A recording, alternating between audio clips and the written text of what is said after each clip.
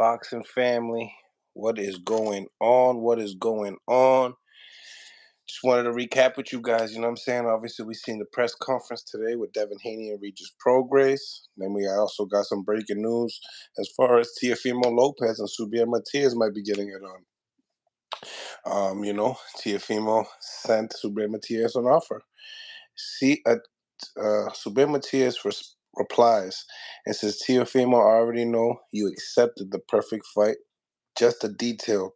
Do not pick the date of February. Let's make it happen by the end of March or early April. Let's give the fans what they want to see.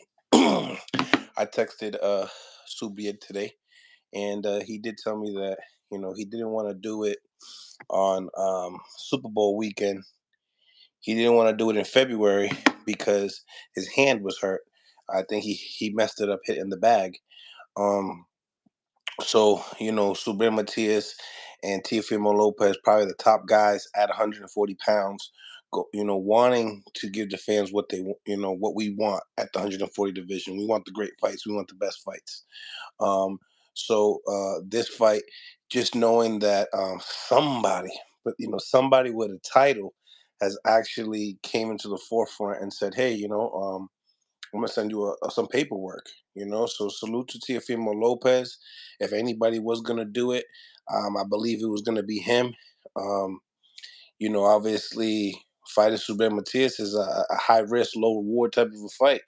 So to see Teofimo López not wanting to look past this fight and actually wanting to take this fight, it just shows what Teofimo López is all about. It really shows exactly what he's all about. He wants the greatest fights, legendary fights. That's what Teofimo is. That's who he is. That's starting at the age of 23 years old, he showed the boxing world that the youngins can really go out and make a difference and get these big fights. So that being said, I like it. I like it. Now, some people are saying, guys like my boy Punch Drunk talking about, uh, Subriel Matias might be, ducking Teofimo López. I don't think it's a duck. I really do believe it's a hand injury. I think if you guys see the demeanor of Subriel Matias, if you see what he's all about, there's nothing, I mean nothing, screams out smoke like Subriel Matias. After his fight with Urshichev, he called out everybody with a title, including Gervonta Davis. So this is where the misconception lies. You called out everybody, and as soon as Teofimo seen an opportunity to grab your IBF title, he sends a contract over.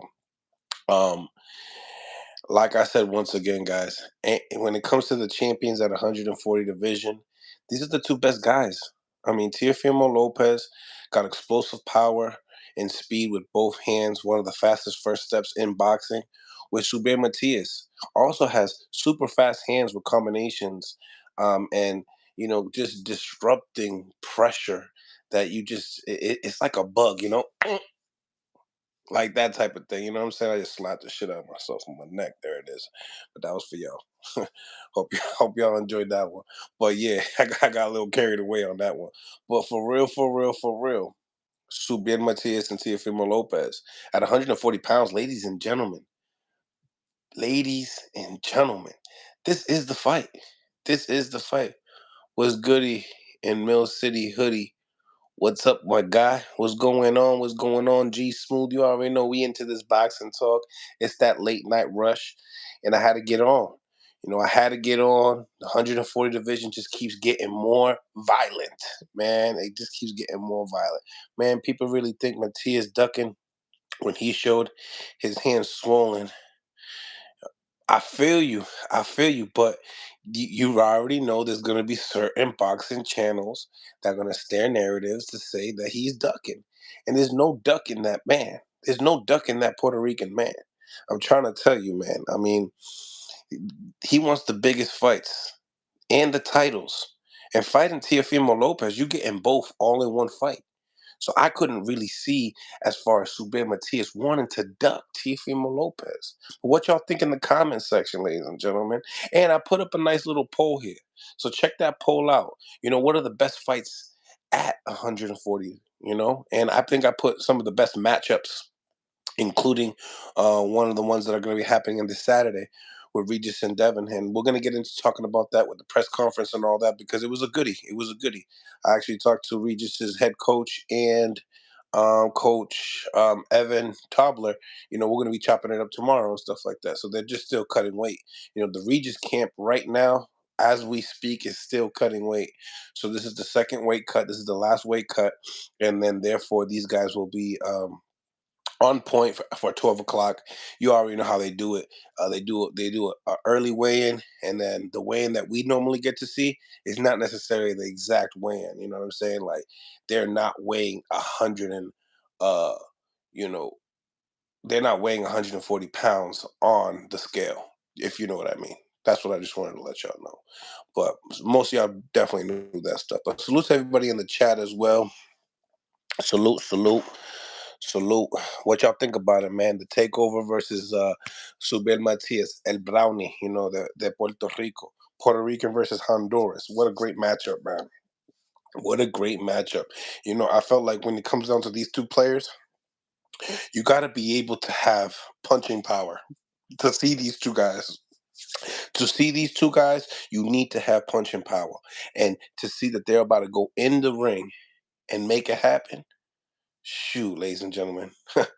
Ladies and gentlemen, tell me what y'all feel. Smash the like button, subscribe to the channel, and let's get into this. So, coming into the polls, I know we just started the live like 7 minutes ago. So I know the polls are just started. They're starting to warm up right now. But the question is, what is the biggest fight? I should have said, what is the biggest fight at 140 pounds? But what is the biggest fight out of these three fights that are out here?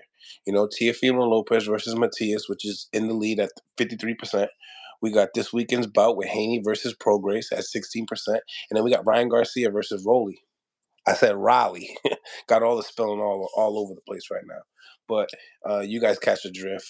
Let me know what y'all think in the comment section. Once again, like, comment, and subscribe. Donations are always welcome. Smash the like button, and don't forget to hit the poll, man. These are three great fights at 140 pounds, so let me know what y'all think about this. Musa was goody, was goody. Salute to the chat. Broly versus Ryan, biggest money fight. Absolutely. When it comes to the money fight, let me not go too far. But I think it's definitely Ryan with somebody, for sure. Low Nose Boxing in the building. Bro, send that link. I got you, bro. I got you. For sure, for sure. I'm definitely going to be dropping the link in a few, just getting ready, just starting to cook right now. And just wanted to get everyone's analysis of this fight. What's going on? Box Pod, what's going on? You know, like I said again, guys, the news is out. You know what I'm saying? These two guys at the top of the top at 140 pounds are going to meet each other. The two biggest punchers at 140 pounds are going to meet each other. Now, I understand that a lot of people think that Gary Antoine Russell, is that guy when it comes to punching power, relentless pressure, and all that. But we got to keep it funky here when we talk about some of the guys that, have been game tested. Game tested is the key thing here, ladies and gentlemen. And when we talk about Subriel Matias, Teofimo López, I will even say, Devin Haney is game tested at 135 pounds. But at 140 pounds, ladies and gentlemen, the only two people that are game tested in the division is Teofimo López, and game tested in a way of winning. Winning. You know what I'm saying? Winning, knowing how to win. You know, yes, Regis Prograis, game tested. Yeah, he found a way to get a fight with Josh Taylor. Didn't work out his way. Then he got a second chance with Zepeda. Went his way. But Zepeda, also a guy, credible. He had the WBC, and Regis took it from him, even though Regis had it, first. But Zepeda is an A level fighter. You know what I'm saying? I kind of want to say more of a B plus. level fighter. But nevertheless, getting to the super chat right here, Big Money, color for the chat, and my guy Mills. Thank you for the $5. Appreciate you, my guy. Appreciate you. Shoot, I ended up spending like $40 on food today for me and my lady. I'll tell you, man. I wanted to take it back. I wanted to take it back. You know what I'm saying? But nah, she deserves it, man. And I appreciate all the support that you guys have been giving me in the chat. But let's get into this, guys. We got to stay cooking into this topic. So, like I told y'all before, get into the polls. Vote what's your favorite fight at 140 pounds. Make sure you go into the likes and smash that likes. You know what I mean? Hit that thumbs up. You know what I'm saying? And subscribe to the channel. We are definitely going to be tapping in a whole bunch of people, guys like, No Lows Boxing and anyone else that wants to chop it up with your boy. But we definitely need to break some of this stuff down. Now, for the people that think that Subriel Matias is possibly ducking, once again, he has photos of his hand being swollen. I texted Subriel personally today. You know what I'm saying? Actually, I could prove it to y'all. Let me see if it's in this text or the next one. Nope, I can't prove it to y'all because it's on my other one.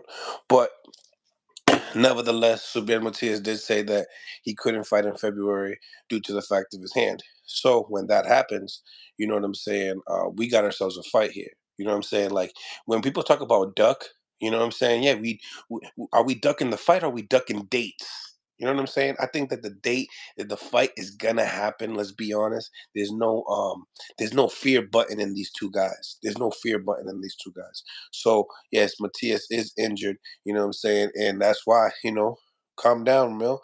I know, but if you just came into the channel and you didn't hear me cook, I've been speaking upon this, man.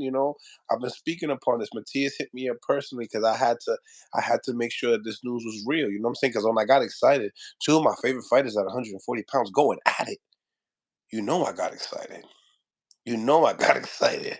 So, you know, um, right away, hit him in the inbox. Even Lono's boxer hit me up.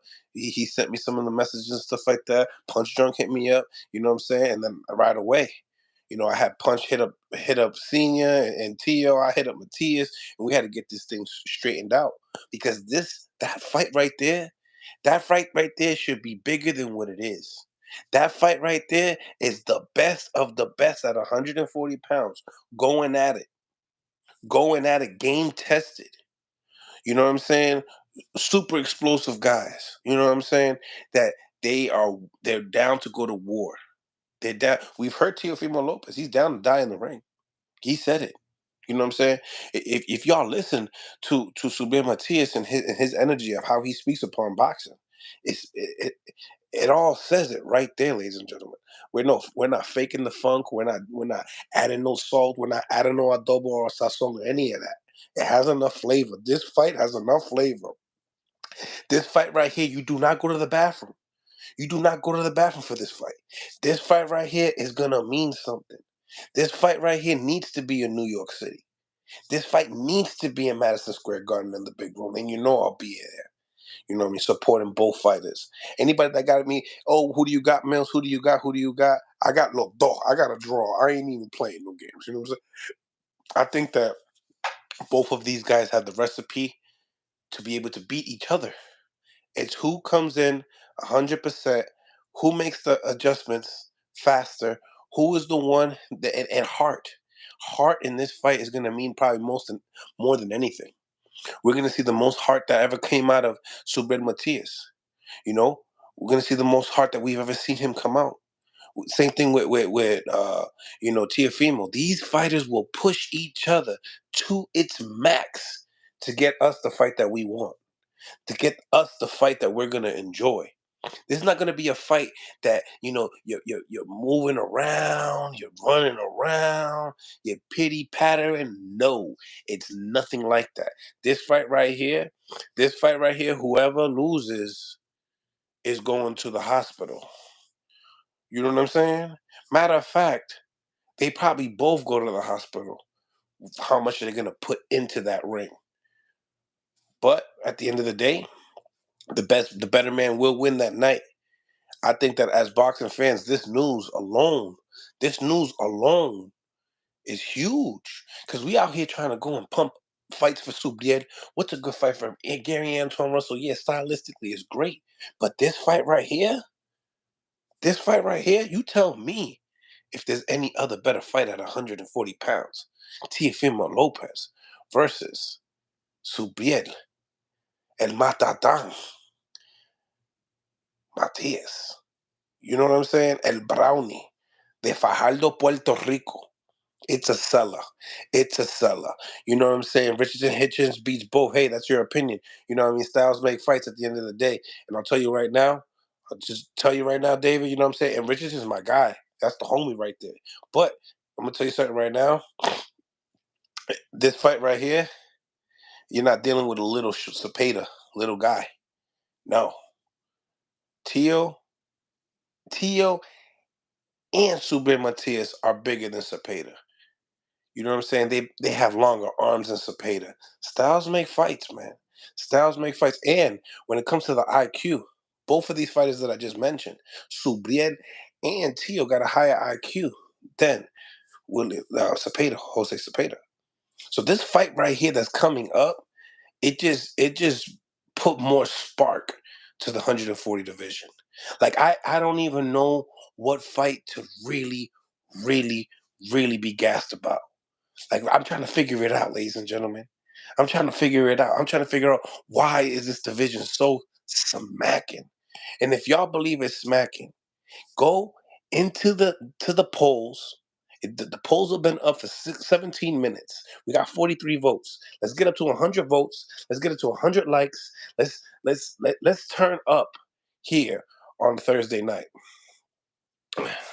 Shout out to everybody on the live as well, man. Punch is a rat. He would not talk like that to Subriel's face in an interview. Hey, I don't know about a rat, but I hear you with the situation upon, he wouldn't say that in front of his face. Maybe he would. Maybe he wouldn't. You never know. You know what I'm saying? At the end of the day, Punch is really good friends with Teofimo López. So, him, whatever Punch is doing right now on his channel, he's hyping it up. Just like I'm doing right now, I'm hyping that fight up. Just like Low Nose Boxing, when he goes to his channel, he's gonna be hyping this fight up. He already has. We already have. So at the end of the day, we should be happy. You know what I'm saying? Now, if we hear Duck Duck Goose here, we say, oh, he never really wanted to fight me, or this guy wanted to stay retired.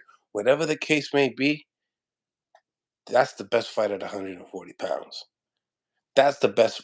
And to hear, like Regis, check this out, ladies and gentlemen. Regis was looking for the big fights. So it made sense for him to go to Devin. It made sense, right? It made perfect sense, right? Matias is also looking for the big fights. There's Tio. Tio only want to be in good fights. So there's Matias. There's another title on the line to unify. There's more gravy to it. So at the end of the day, I don't really want to hear anything upon people talking about this matchup as it's a one-sided matchup. It's not. That is a 50-50 situation. I look at the boxing IQ, I give it to Tio. When I come and talk about the punch volume and relentlessness of Subriel Matias, this is a battle of is my heart, is my soul, is my desire to win gonna trump the IQ, the highly skilled, the two-division champion? Some might call him the undisputed champion at 35 years old. Will it trump that? Who has the most experience here? It's hard to say. Teofimo López has been boxing in the international level in the amateurs versus which is Subriel Matias, he's been boxing forever. You know what I'm saying? In and out of the gym, dealing with things in the street. He got shot 2 times. He's dealt with a lot of different adversity. You know what I'm saying? He's segregating himself from his family in Puerto Rico to train in Mexico because of distractions, because of who he is in the streets. Ladies and gentlemen, we got two. They happen to be Latino. But those are the top guys at 140. Those are the top guys at 140. I'm sorry. I'm sorry. Once Devin Haney is victorious, and that's a 60-40 fight, and 40% is a lot. That's a high percentage on trying to win a fight. You know what I'm saying? So Regis might be able to land that big shot that he needs and capitalize, because that's what he does. He capitalizes. He's a good finisher, right? But we've also seen Devin Haney pitch on and on and on, shutouts, shutout after shutout after shutout. You know what I'm saying? Daniel, what's going on? Salute to the chat. Salute to the chat. Make sure you guys, each and every single one of y'all that's rocking with me on the chat, getting entertained by the chat, getting some knowledge of the chat, or just love boxing, period, on the chat. Please smash the like button, thumbs up, improve the visibility of the show. Get into the polls. We got 54 votes. We got 3 amazing fights at 140 pounds. What's y'all favorite fight? What's the biggest fight for y'all? The most entertaining fight? Not, that's not a poll for how much more money we're gonna spend for a pay-per-view. No, no, no, no, no, no, no. That's not where we're at. I'm talking about the best fan-friendly fight. I need to know. I need to know in the polls. You know what I mean? Smash the like button if you rocking with this channel. Love the channel, bro. Lewis, appreciate you, brother. Really appreciate you. Smash the like button, ladies and gentlemen. Get into the polls as well. We had the polls at 22 minutes with 57 votes. Let's get it going, ladies and gentlemen. Let's get it going. Let's go. Press that thumbs up, chat. Let's get it going so we can keep the algorithm rolling. And at the same time, keeps me motivated to want to stay on, if you feel me. If you feel me. Going to be opening up the phone lines real soon. So I need y'all to smash the like button and really get into this. Just subscribe. Thank you, Lance. Appreciate you. Real talk, real talk. So, Mills, if the fight is in MSG, we gotta head out there and show out. Absolutely, absolutely. New York, out of here. Matias 27, no mas gangster. He gotta do a lot. The press live from the parlay, from the pela, from la pela. Anybody went to the la pela in Puerto Rico? You know what I'm saying? Got to be careful. Got to be careful when you're out there. Punch is starting to be like southpaw. I don't know. I think punch is punch, man. Punch is punch, southpaw, man. If you glance through their pages, you could see they're completely two different identities. But salute to both of them. Anyone that's in the boxing YouTube community that's making boxing better, making a living off of boxing. Shout out to y'all. You know what I'm saying? And that you're never gonna hear no hate from me. Like, that's one thing about me. You're never gonna hear no hate from me. Y'all PR stick together, huh? Yeah, we do. We stick together, but at the same time, you know, we don't pick people off of location, race. We don't do that in this channel. We really love the sport, and we just go hard in detail. We see the holes that certain people have, and we expose them. If some people say certain things in the media, we want to go and let it all out there. You know what I'm saying? Sometimes we want to pick the false narratives and confront people about them. You know what I'm saying? So, fighting Carolina 10 minutes from the airport. Yes, sir. Yes, sir. Ali Savage, you know it. You know your way around Puerto Rico. 10, 15 minutes from Catalina. Yep, absolutely. Absolutely. Smash the like button, ladies and gentlemen. Smash the like button. Um, you know, and I like what y'all say. Us Puerto Ricans, we stick together. Yeah, we do stick together, but there's a lot of Puerto Ricans that don't stick together. You know what I'm saying? So, it's beautiful. Puerto Rico loves boxing, um, but we don't choose people off of that. You know what I'm saying? Because if that was the case, I would have put my money on Boo Boo Andres last week, and I did it. We had to hit that parlay 5 times in a row, baby. You already know. Smash the like button, ladies and gentlemen. We in there for the building. Let's go. Shout out to every single one of y'all. So the polls is, what's the best fight? Teofimo López versus Matias. There's been talks. There's been talks. So that being said, now that it's in talks, right, and we're trying to figure out the month, I had to throw that match up there. You know what I'm saying? Because I felt like I've done polls and I haven't put that specific matchup. So I really want to know what y'all think in the comment section about a Teofimo López versus Matias fight at 140. Is that the best of the best fighting at 140 all in one night? You know what I'm saying? And then do a co-main event as well. Put Hitcherson's and Antoine Russell there. You know what I'm saying? Or put Hitcherson and Arnold Barboza in there. Co-main event. You know what I'm saying? Punch is always drunk. Come on, man. You already know. That's the homie right there. Um, Smash the like button, everybody. Smash the like button.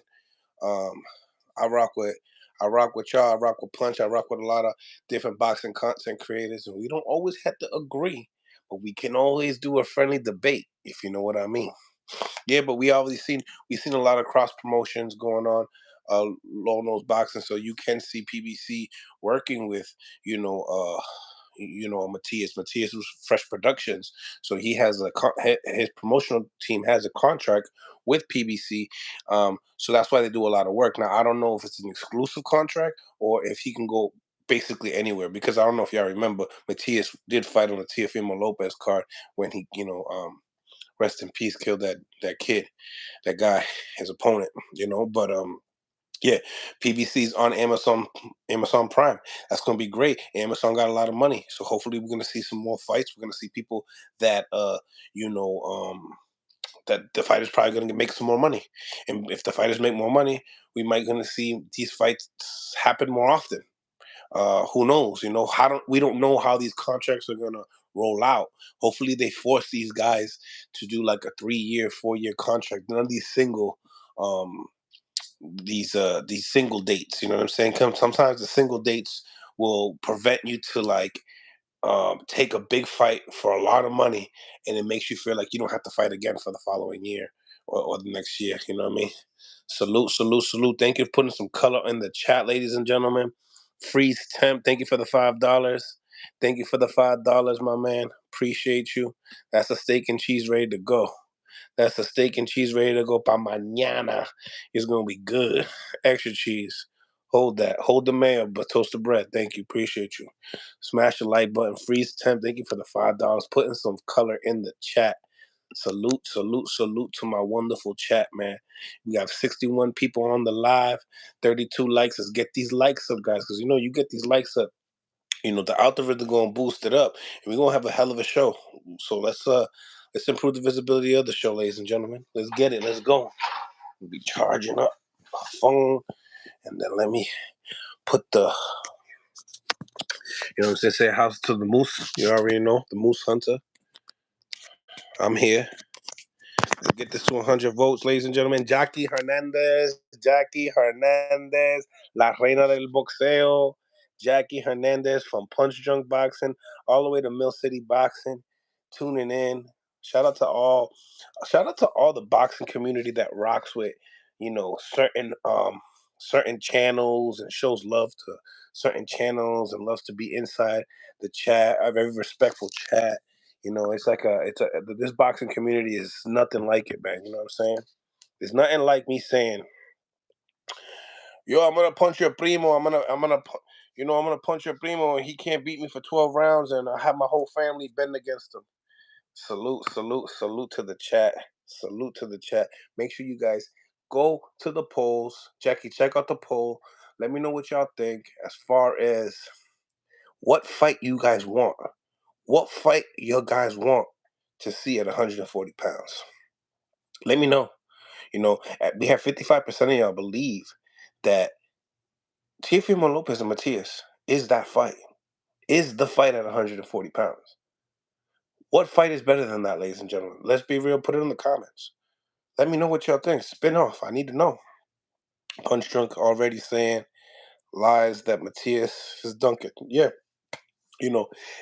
Remember, Punch understands how the internet works. That sometimes, not all of us know about the algorithm sometimes, because the algorithm changes, right? But if you put a narrative out there like that, you're going to have some other content creators go and say the same thing. Then you'll have other guys that will say things that I'm saying upon this fight. Then you're gonna have, low nose boxer is gonna have his own opinion. Everyone's gonna have their own opinion in this specific fight.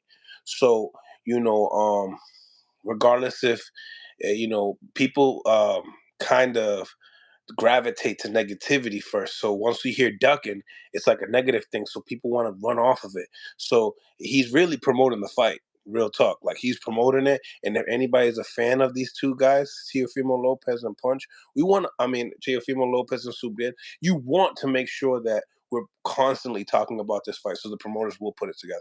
You know what I'm saying? So like I said, I know, we all know Tio and Punch are like this, but in the same time, you know, see the bright side of everything. See the bright side of why our channel will spin a narrative of the reason why.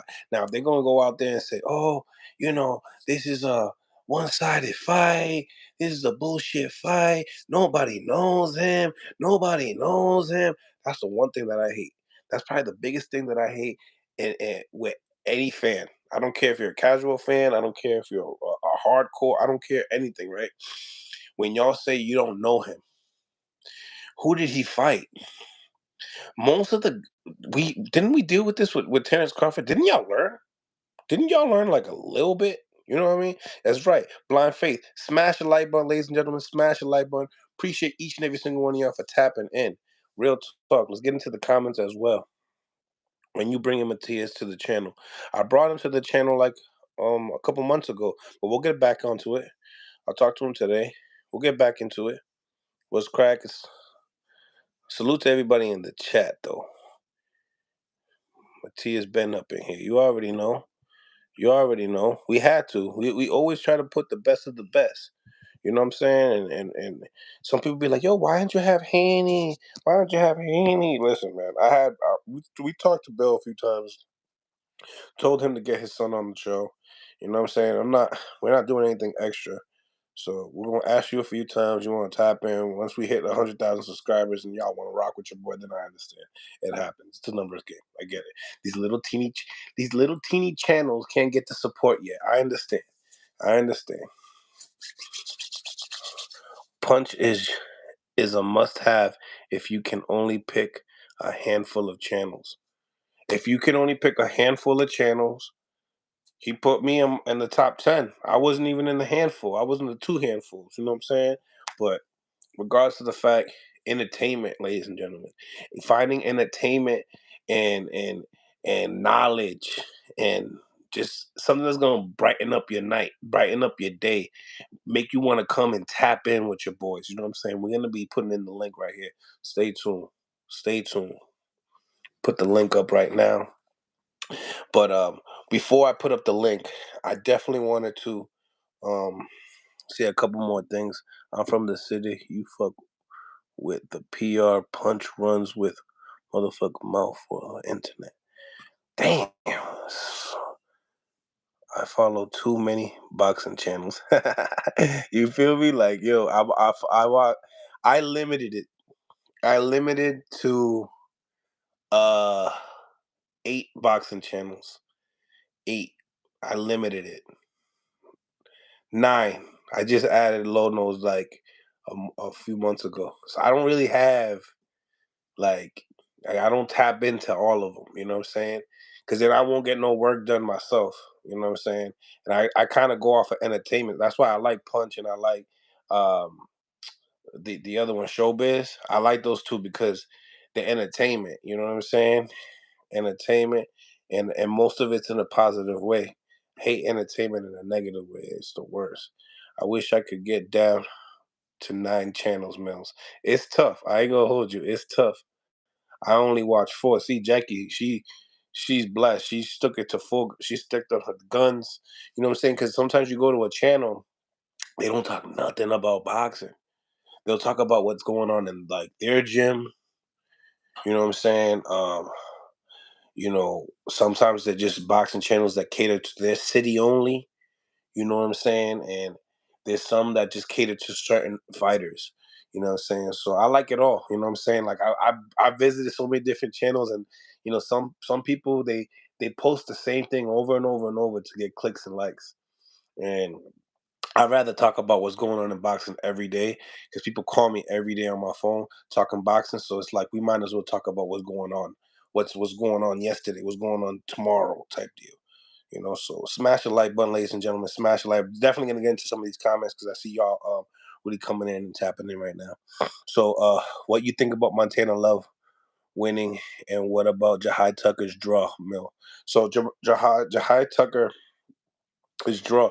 I mean, Jahai's fighting this weekend on that Robesi card, and he took his first L.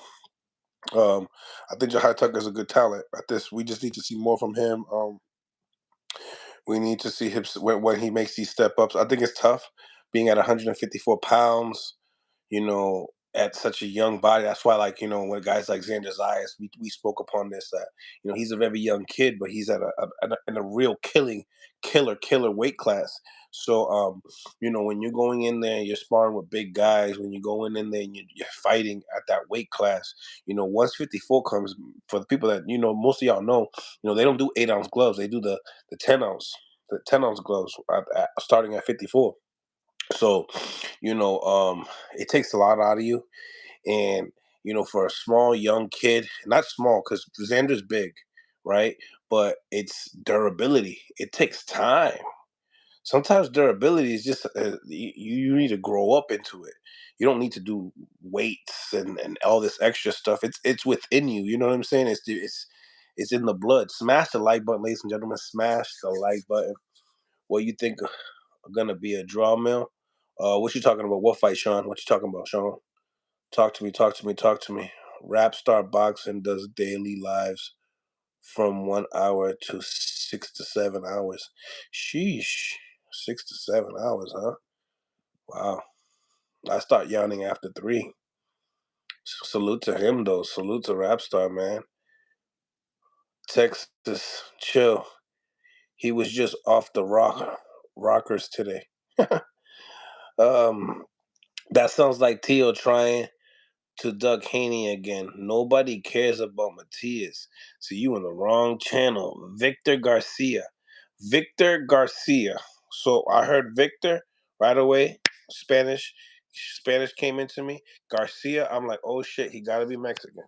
He gotta be Mexican. Talking about nobody cares about Matias. And and that's sad because Matias, he trains in Mexico, fights a lot like a Mexican. So if you are Mexican and you don't like Matias and you like the Mexican style of boxing, it's kind of tough there. Kind of tough. Sounds like you have Bill Cold Mill.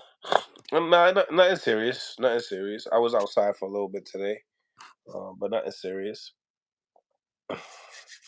Still just wants the attention. He capping. Mm, mm. Let casuals be casuals, Mill. Hey, it is what it is. It is what it is. Gotta tap in. Let's get these guys started here. Shout out to the chat. Shout out to everybody that's rocking out with us tonight. I'm gonna be putting in the link. Appreciate all the supporters, all the donations, everything. Where it is. I'd rather see Haney versus Teal. Nothing against Matias. Yeah, no, that's cool. And styles, whatever style that you like. Nothing wrong with that, bro. Real talk. I don't shit on anybody that if their opinion is not like mine, it's okay. You know what I'm saying? You might think Haney and Teal might be a better fight. That's a great fight as well. That's probably one of the more lucrative fights. At least top two or three. If you're gonna add Tank in there. You know what I'm saying? But yeah, man. I'm about to put the link up, guys. Don't worry. Hold on now. Hold on now. Link up. Give a few minutes for some people to chop it up with your boy. And we in the building. What city you from, Mill City? I'm from Mill City. Massachusetts, baby. Massachusetts. We in the building. We in the building with no, low nose. We in the building with low nose boxing. Háblame claro. Yo, it's crazy, man. Earlier today, I made a little video just talking about how this is going to be a super fight down the road. Then a few hours later, I tuned in to the Boxing Voice, and Nestor was already talking about it because he had interviewed Subriel Matias' manager. When I Panda. seen that, yeah. So when I seen that, I had to jump and make a video.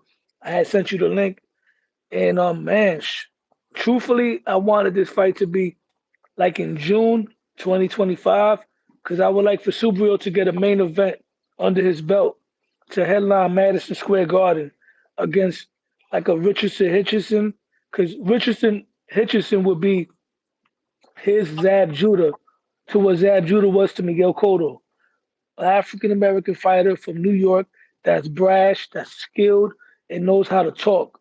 And if Subriel can get past him, that will make him a star. So a fight between him and Tio will be huge. But man, they're talking about it right now. That's crazy. Yeah, they're talking about it right now. Um, your thoughts though, just hearing about it, like, because I know that you share the same thing with me when it comes to two of your favorite guys at 140 pounds. Hearing the news, uh, what were your thoughts? Like, I bet you heard it and you smile real quick, right? Like, you Yeah, I smile was real quick. hyped, man. I was hyped because Tio got the arena set up, the sphere for Madison Square Garden Sphere in Las Vegas. But nobody had an idea who he was gonna fight. People were coming up with rumors that he was gonna have an exhibition with Manny Pacquiao. I already knew the Ryan fight wasn't gonna happen because that's a 2 month turnaround. Devin Haney, Regis, 2 month turnaround. Cambosos is fighting Lomachenko. So I'm thinking maybe Jose Ramirez, but then they make an offer to Subriel Matias. It's I it's think it, June. it's lit, and you know it's gonna happen. Like if there talks about it, those two guys will make it happen. Yeah, And honestly, it's kind of like a fresh air for me, bro. Cause I didn't think Subre was gonna get a fight, like a big marquee fight. no, no. But I did say that if anybody would give him a chance, it will be Teofimo, because Teofimo has shown that he takes on all comers. And I'm gonna tell you right now, if this fight happens, MSG, Puerto Rican Day Parade weekend next year, Oh, we in they're the both gonna be pay-per-view stars. If Teofimo Lopez beats Subriel Matias, he's going to adapt. He's going to adopt. The Puerto Rican fans are gonna take him in the same way they did with Roberto Duran when he beat the great Esteban de Jesus, and Mhm. vice versa. If Subriel beats Teofimo, I mean, we're already embracing him. Mira, yo soy Boricua, and I'm gonna keep it 1,000 with you. I'm picking Tio because Tio can fight off the back foot. He's better when he's gordo, and he can punch. Now, if Subriel can take that punch, and if Tio were to gas or to get careless with his defense, he will be in trouble. But like I said, Tio for me is probably the second hardest puncher behind Javante Davis, in my opinion. From what? From like 140. And between 135 and 140, yes, my opinion. Subriel got 100% knockout ratio, right? But his knockouts to me are more like he breaks you down, like a Miguel Cotto, like a Margarito. I don't see flashy, explosive one punch knockouts where the guys are sleeping. I've seen T.O. do it a few times. He did it to Magdaleno. He did it to Mason Menard. He had Richard Comey rolling all over the ring drunk. I've seen Javante Davis do it plenty of times as well. I haven't seen Subriel do that. Subriel has more like thudding power. He can hit you over and over in the same spot. Tio and Tank have that fast twitch power where they can place the shot where you don't see it and it's lights out. Next thing you know, you're waking up 10 minutes later. That's the difference in their punching power based on what I see. Yeah, yeah, I definitely agree. You know, when it comes to Subriel, I think that what people don't really talk about is the speed of the combinations. You know, I think that's something that makes him, you know, a very unique type of a fighter. You know, when you see guys that throw 4 to 6 piece combinations upstairs, Yeah. downstairs, it's nice to see. Subriel got hand speed. Subriel has inside game. And even though he gets hit, he's not a punching bag. He's not a Brandon Rios or Yuri Boy Campos. If you remember him, Subriel has I remember. subtle head movement. He got upper body movement. He catches punches pretty good with his backhand. And he's a pretty good counterpuncher. He kind of reminds me sort of like a Edwin Valero. Edwin Valero. It's been a minute. Yeah. Um, you know what I like about Subriel the most is there's just like the greats that Michael Jordan, Kobe Bryant, they never took extra steps. If they needed to make a complacent move, they would fake to the left and go to the right. They would fake to the left, fake to the right, go to the left. They were they took spaces and they didn't overuse spaces. And I think when a guy like Subriel, the way he cuts the ring, you don't even see the cutoff. Like normally when you look at it on TV, you can see I was like, oh, if he takes one more step here, he's gonna catch him. No, every single time I watch Subriel Matias, I don't see that step that it's good. No, he's there. He's there. He's 3 feet away from you. That's just what it is. Deal with it. He definitely knows how to cut the ring off. And he knows how to put himself in position where he's always in the spot to land punches, sort of like Triple G. He knows how to cut the ring off. He got fast hands. He got punching power. This is going to be a great fight. It's going to be a great fight. And I agree, he's not the most explosive fighter, but when he puts it on to third gear, he's just as explosive as anybody else. Yeah, his first punch is not going to be just as explosive as like a Tio or Javante Davis, but once he throws two, three, four, five, and six are just as fast as everyone else in the divisions, bro. It's like a carburetor. It just needs to be warmed up.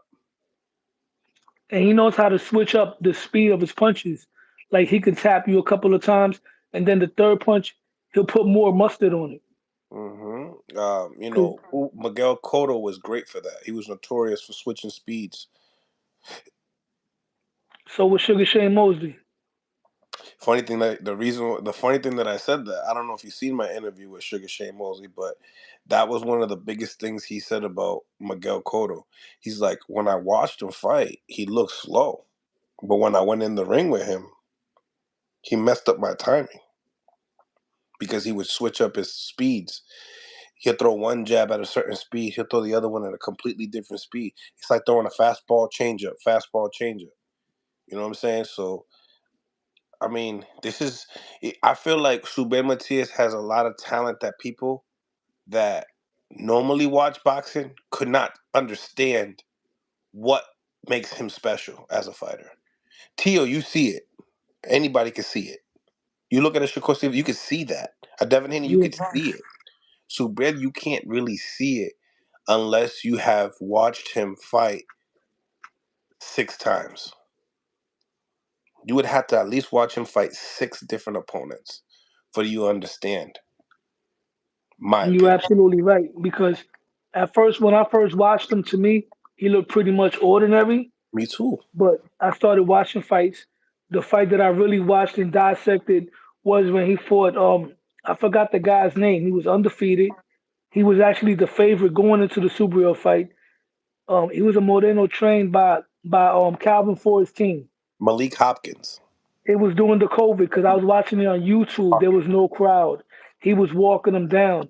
But what I would like to see Subriel do to make him even better, if he were to like use the high guard more and come behind a stiff jab, sort of like how Ike Forte used to fight. If you remember Ike Forte in the '90s, and speaking of Cortez, I was talking with Nuss, right?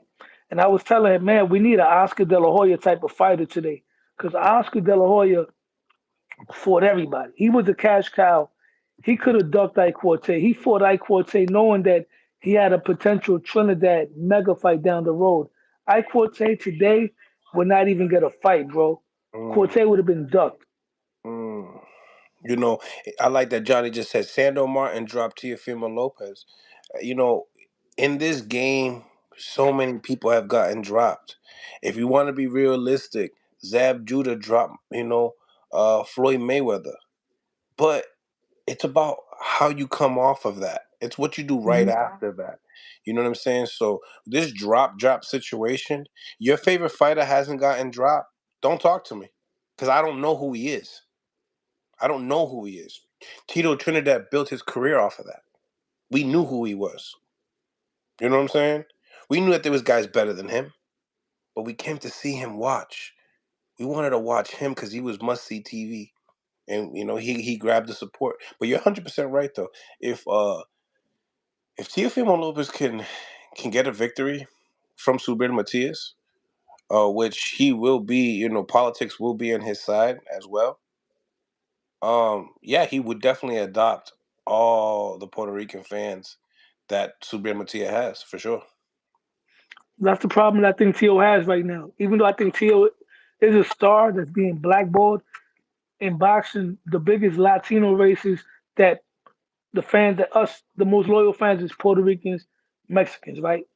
We got a lot of great Cuban fighters, Argentine fighters, but their fan base is not really there like that. So Tio's stuck in between. He's Honduras, right? So there's not really much boxing with Honduras, but he's from New York. Now, like I said, if he gets a big win in New York City against the Subriel Matias, the Puerto Rican fighters are going to back him all the way. Now he can go to Las Vegas, where Puerto Rican fans are going to go and support him. Mexican fans are going to go and support him. So Mm. this is a big fight for him and for Subriel as well. Smash the like button, ladies and gentlemen. Smash the like button. Subscribe to the channel. If y'all think Teofimo Lopez, Subriel Matias is the best fighter at 140 pounds, please go into the polls. Click that. It looks like they're winning right now. 100 votes, 57% Teofimo Lopez and Matias. So you guys were just as excited as me and Lono. So that's cool. I love to see that. I don't like because I feel like my channel is based off of just hardcore boxing fans or any fans. Honestly, I don't think they're just. I think just well rounded, right? So to see people wanting to see this fight, it makes me feel good. It makes me feel good. It really does. I So love it. now that this fight might be on the horizon, right? I got a question. If you could have 5 fights for 2024, and you can't pick the fighter more than once. So in other words, you can't pick Tio versus this one and Tio versus that one. What's your 5 fights that you would like for 2024 if you had the power to make it happen for 2024? I want to hear that 5 list. Well, the number one fight that I want to see right now is David Benavidez and Canelo Alvarez. That's number Okay. one. Number two would be Jerron Ennis and Terrence Crawford. I want to see that fight more than Charlo. I really do. I want to see that fight more than Canelo and Crawford. Um, I need to see it for myself. I don't. It might not be in everyone's list, and I can understand why. But for my eyes, I want to see the result to that. I don't even care too much about the winner or loser. I want to see how they perform with each other. Second fight. No, Um. that is your second fight. You said Boots Yeah. and Second fight. Bud. Said Canelo and Benavidez. You got And three more. honestly, not to sound nonchalant, but I've wanted to see Tio and Matias. I wanted that fight. And I also want to see, and a lot of people might think this is crazy. I want to see Matias and Javante. I You think that gotta that pick. You gotta pick one guy. You can't pick yeah, Matias yeah, twice. yeah. So that's three. Three. Obviously, you got to go with better Beef and Bevo. We have to see that fight. It's a mandatory. And then I would have to say, you know, styles make fights, and I feel like oh, and then I you see I can't put Tio in Tank because I already used them. So I Mhm. would have to say Tyson Fury and Usyk. I think I need. There's so many people riding for Fury, and I've always been a Usyk guy, and I just want to be like, told you, you know what I'm saying? That's it. But yeah, that's my five. That's a good list. My list. I got some of those on my list.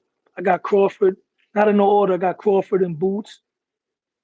I got Canelo and Benavidez. I got Tio and Devin Haney. That's a grudge fight. Is ready. I want that fight. I still want Tank and Shakur. I'm gonna give Shakur. Um, he was injured, I believe. I believe he could perform better than that. And five, I gotta go with Subriel and Gabby Russell still. You said Those are T. my five. Tio and Devin Haney. Oh yeah, so you played it smart, so that way you could use all the 135s. Yeah, Yeah, well, that's always been on my list, regardless, even before this was being spoken of, because that fight, like those two guys, especially if Devin Haney wins Saturday night, those two out of the young guns are gonna have the two best resumes. They're gonna be the most accomplished out of all four of those guys, and they got history. yeah, they do. It's a good fight. I want to see that fight too. When we look at like styles make fights, and if you had to be a matchmaker to make uh, a great fight for Tio and Haney, because if you separate it, if you put Haney with like I honestly for 140, bro, at 140, the ones that I put on the poll, they're the ones. Tell me no. And I agree. Stylistically, Tio and Matias is the most fan friendly fight. You can get a lot of casuals to want to enjoy that fight, and a lot of guys people would be more fans of each other, of each fighter. They'll be fans of both fighters by the end of the night. Versus if you stick one of these killers in with like a Rolly, it's not gonna work. You stick him in there with a Ryan, it's not gonna be good. So we rather keep Ryan and Rolly together because they're kind of very similar in levels. Ryan is a great fighter. You know what I'm saying? He needs to get it together, but he's a good fighter. You know, just off of the stuff that he can do that other people can't do. But an all around fighter, not even close. For me, Ryan and Rolly makes my list if I'm doing the top 10 list. We talking about a top 10 list. Ryan versus Rolly is actually on that list for me. That's an entertaining fight. I think the fight will sell. I think the build up will be good. You're not looking at two of the most prettiest styles fundamentally, but you're gonna get a lot of explosion. You're gonna get some knockdowns. You're gonna get a lot of trash talking, and you're gonna get a knockout for sure. And to me, in that fight, what makes it nice is that you got the speed of Ryan, which he has a nice pop to his punch, like a whipping punch, and then you got Rolly that's a thumper, right? But in the same time, he's more of the athletic guy out of Ryan and him, so Yeah, he he could is. do things that Ryan can't do.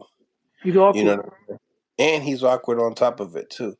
You know what I'm saying? So I think that that's why that fight presents itself as a challenge versus if you go with Rolly and some of the other guys. Rolly is not as athletic as a Devin Haney or a Tio. You know what I'm saying? He probably beats Matias in the athletic ability, but he doesn't have nearly enough IQ to keep Matias off of him. No, but it's still an action packed fight. Definitely an action packed fight. Who? Ryan Garcia and Oh, Rolly. That's action packed. I thought you said Rolly and Matias because it's like that's basically watching the Barbosa fight again. It's gonna be a But matter of both. fact, Barbosa, the old guy that Rolly Oh, I thought you talking about Barbosa. I'm like Barbosa didn't fight Rolly. Barbosa. Oh no, Barbosa.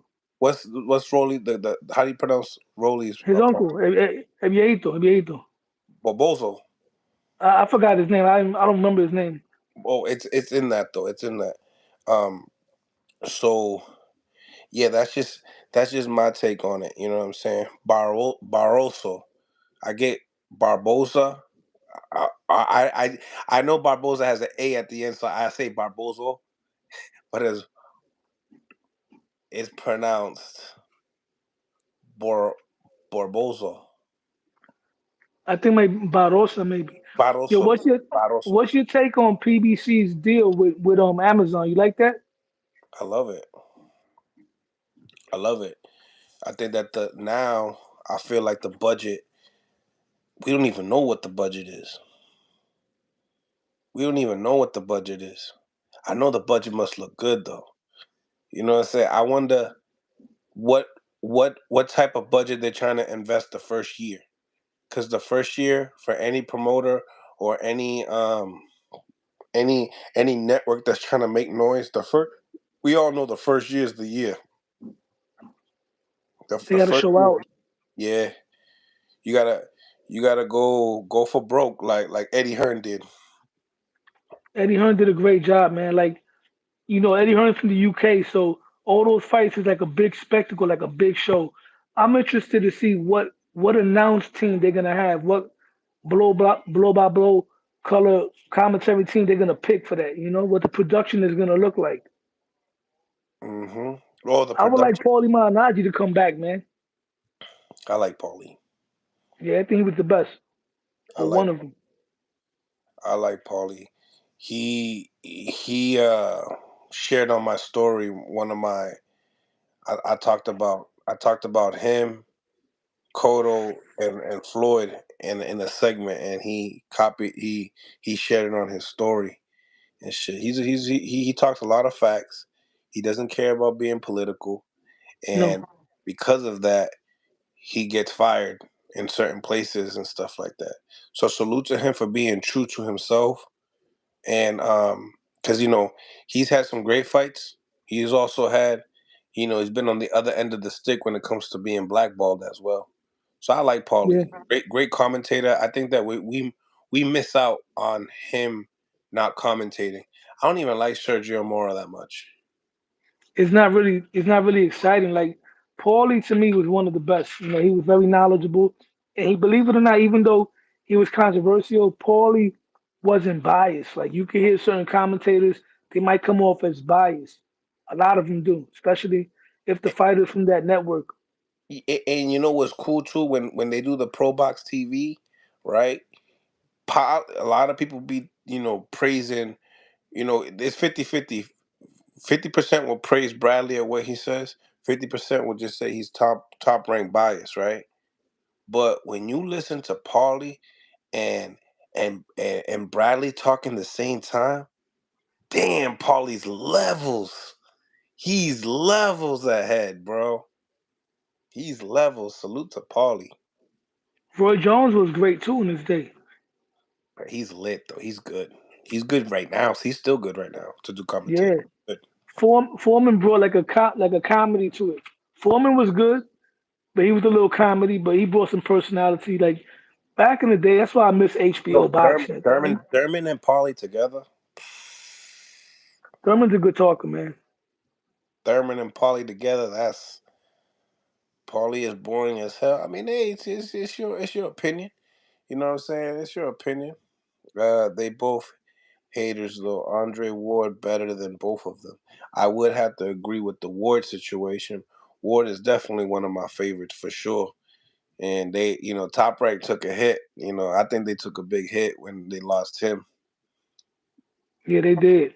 They definitely did. Like, but to touch on the whole thing with Amazon, I was hoping that PBC would probably go to like ESPN or maybe the Zone because what Amazon does, it brings a whole nother network, a whole nother country, a whole nother island. You got Top Rank over at ESPN.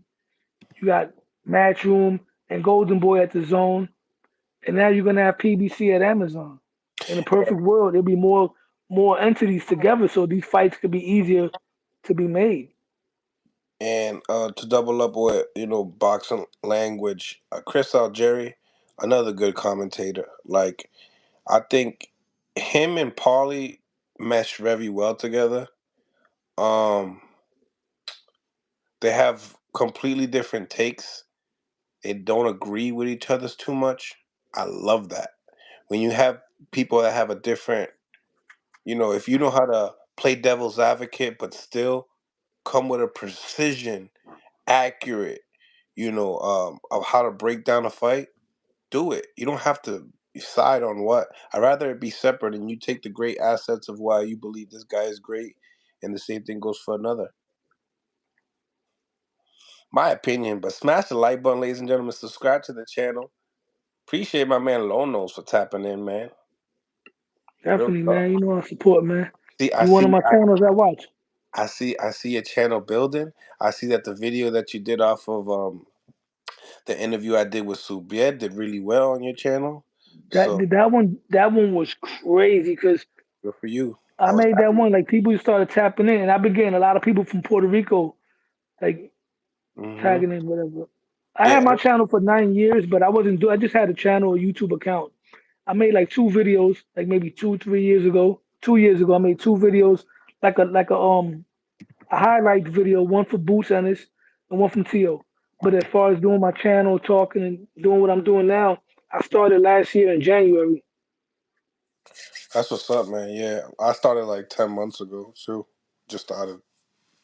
Yeah, you blew fast, bro. I haven't done no lives yet though, but I'm gonna start doing lives very soon for the new year.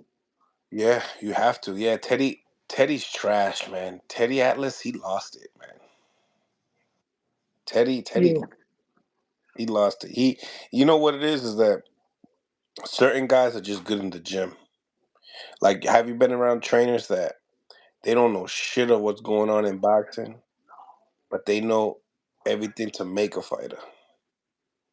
You know what I'm saying? To groom a fighter. You know. So a lot of people will go out there and say, "Yo, they don't know shit about boxing." No, they don't. They don't care about watching boxing today. Buddy McGirt will tell you. He's like, "I don't watch boxing. I don't watch boxing no more." Buddy McGirt is one of my favorite guys to listen to. He's funny sometimes because Buddy McGirt is very, and I don't say it in a bad way. He's so biased towards nostalgia. I remember one time he said that Emmanuel Augustus would stop Errol Spencer. I was cracking up laughing. That's Buddy McGirt is one. He's one of the guys that the old school can't do no wrong. I love the old school, but I'm not biased towards they're nostalgia. stuck. There's some They're stuck guys in that their we can ways. whip. Yeah, there's some guys that today's fighters can whip. I don't care what anybody says. But Buddy McGirt, he's always gonna pick the old school fighter all the time. And certain guys, like for instance, James Tony, one of my favorite, good friend of mine, but also an extreme Canelo hater, huge hater. Like he can't stand. Like when people talk about, yo, fantasy match, you and him, oh, it go crazy to the point that anybody that's going against Canelo that's black or whatever the case may be, he's going for black. You know what I'm saying? He's going for black. It is what it is. But um, what I love about talking boxing is that like um, when we talk about race and stuff like that, she got nothing to do with it. So when you see channels that they're kind of geared up, they got all their subscribers off of that. I feel like that's not the way to go. Continue dropping great content. Be true to what you believe in. Keep going forward. If they don't like you, they don't like you. That's just what it is. They probably still follow you. You know what I'm saying? That's just When what I it first is. started watching channels, I'm gonna cut you off. You were saying something? No, When I first started watching YouTube channels, boxing YouTube channels, probably was around 2000, 2016, 2017, right? There were two channels I used to watch all the time. And I noticed something about them that turned me off. Everything about them it was kind of race driven. You know what I mean? It was oh, race driven. They was always bashing certain fighters. They were bashing Canelo, bashing Tyson Fury, bashing all Latino fighters, the and bash. it turned me off. And then one day, first time I heard the boxing voice was when they were building up the Danny Garcia Keith Thurman fight. And when I was listening to it, I'm like, wow, this is different. They got caller intros, people were calling in, they had the sound bites and everything, and I was hooked. I'm like, yo, this is it. I like this right here, whatever. So boxing voice always been one of my channels I've been watching. Then eventually I ran into Punch Drunk Boxing and the other channels that I watched before. I'm not even gonna mention them. I had unsubscribed, and then I noticed there was a lot of channels like that. A lot of channels like that. Yeah, because if you subscribe to those type of channels, they'll suggest you other channels that share the same narrative. So I understand what you're saying. Yeah. And just like what you said earlier, being that I'm doing my own thing now, I don't got the time to tune into so many channels like before, because there's a lot of channels that I do like. There's a lot of good channels out there, but I can't watch all of them because I have a regular job. So when I'm at work, I like to put certain channels on to kill time while I'm at work and stuff like that, or if Yeah, I'm driving a road trip, so I can't watch all those channels. Now, there's a lot of channels that I'll get on, like they'll throw the link, I'll jump on, I'll talk, whatever, support, even throw a super chat here and there, but I that's what's. don't watch. Yeah, I don't tune into too many channels to just sit there and put it on for 3 hours. I can do that with certain channels. You Hmm. one of them, Punch, like I said, a couple others. Yeah, man, it's good, man. And as long as people are speaking the real, you learning something. Like that's one thing that I go for different channels for different things all the time. Like real talk. Like I go for Punch's channel. It'll be to figure out what he's trying to put light on and the comedy that the delivery of it. You know what I'm saying? That man's entertaining, bro. He's entertaining. Entertainment. Yeah. Showbiz, another one that's very entertaining. And you can learn a little bit from him too. You know what I'm saying? A lot of people think because he's a little weirdo or whatever that you can't learn from him, but there's certain things that he says as facts. Now, would I take the bets that he takes? Hell no. Hell no. But you know, everything else is entertainment. I haven't really tuned into his lives, but I will say this: Showbiz to me probably got the best. His short videos, hands down, is the best. He's doing his thing. Yeah. Doing his thing. He's doing his thing. What do you need to see in tomorrow's weigh-ins for you to change your mind on your pick? Well, my pick is Devin Haney, and I hate to say this because I don't want to come off as a hater. I'm rooting for Regis, and it's kind of sad because it's not even anything Devin Haney did or anything that his father did. Because I actually met Bill Haney. Bill Haney's cool. He's a slick talking dude, but a lot of people, the way they just like the fanboyism of Devin Haney is like so annoying. The way people just like they talk about him like he's the like once again, me and Ness went back and forth. Because when I mentioned that boxing needs more Oscar De La Hoyas, meaning fighters that just fight anybody, right? He said, "Well, we got Devin Haney. That's our Oscar De La Hoya." I said, "No, don't get me wrong. Devin Haney taking on challenges. Oscar De La Hoya was different. Oscar De La Hoya was the face of boxing. He was like Tank Davis times 10. And mind you, he went out there and fought Ike Corte in a weight class where Trinidad was at. He didn't have to do that. That means if Oscar De La Hoya was fighting today, that's like Tank Davis, who's a hell of a fighter, fighting Subriel Matias, fighting all the guys that everybody's saying that he's not fighting. Oscar was doing that as the cash cow. That says a lot, bro. That says a lot, a lot. And once again, people, oh, Devin Haney does all. No, he doesn't, man. It's not the same. Devin didn't clean out 135. He didn't fight Javante Davis. When Javante Davis came out of prison, he had all that time to try to make a fight with him. He didn't do it. Shakur Stevenson, he sent Shakur Stevenson a low ball offer. It's not That the same. 1.5, I know, little baby offer. Yeah. Very easy to turn down, I believe. I think Eddie Hearn mentioned it today on an interview. He's like 1.5. He said he don't even believe that was an offer because it was so low. That's like when you call somebody up, right? You call somebody, you let the phone ring 2 times, and then you hang up. And you can say, yo, I tried to call you. But you know you wasn't trying to talk to that person. Come on, man, you was capping. My brother does that shit to me all the time. One ring, he does one ring and then a text. I try to call you. I was like, my shit Come tripping. on, man. Yeah, then after that, they don't answer no more callbacks. That's a fact. That's a fact. For Shit. sure. Story of my life. Yo, you be talking to Zab Judah a lot, man. And That's my I brother. wanted to go on. Yeah, first time I ran into your joint was through Instagram Live. I always seen you interviewing Zab. There's a good question I got for Zab Judah, being that he been in with so many killers, right? I always wanted to know who was the hardest puncher between Miguel Cotto, Lucas Matisse, and Danny Garcia and Casa Zoo. Those four guys can crack. And Zab been in with I'll all tell you, those guys. Matisse. He said Matisse was the toughest. Hold on. Hold on 1 second. They coming up? All right, I'll keep my eye open. Yeah, I'm at work. I'm leaving soon. Damn, I got a good question. you got a nice job. Who, yeah, man. You look at the view, man. I'm looking the whole. I'm at the Hudson Yards looking over the city, man. That's fire. Yeah, Grabbing some OT. he said yeah that it would be Matiste. He said that was the hardest puncher that he dealt with. Who you think was a harder puncher, Lucas Matisse or Subriel Matias? I mean, one shot power. I would say Matiste, right? Yeah, Matisse, absolutely. Lucas Right. Matisse was definitely. She was crazy, right? Yeah. Yeah. Shout out to my boy Punch Drunk Boxing. You already know we got the chat talking about you. We had me and Low Nose talking about you. You already know you family over there.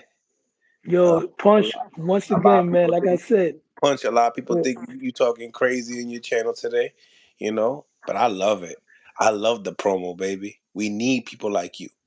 you seen when he was going off for some, oh my God, like I said, because I be watching YouTube even at home sometimes on my TV.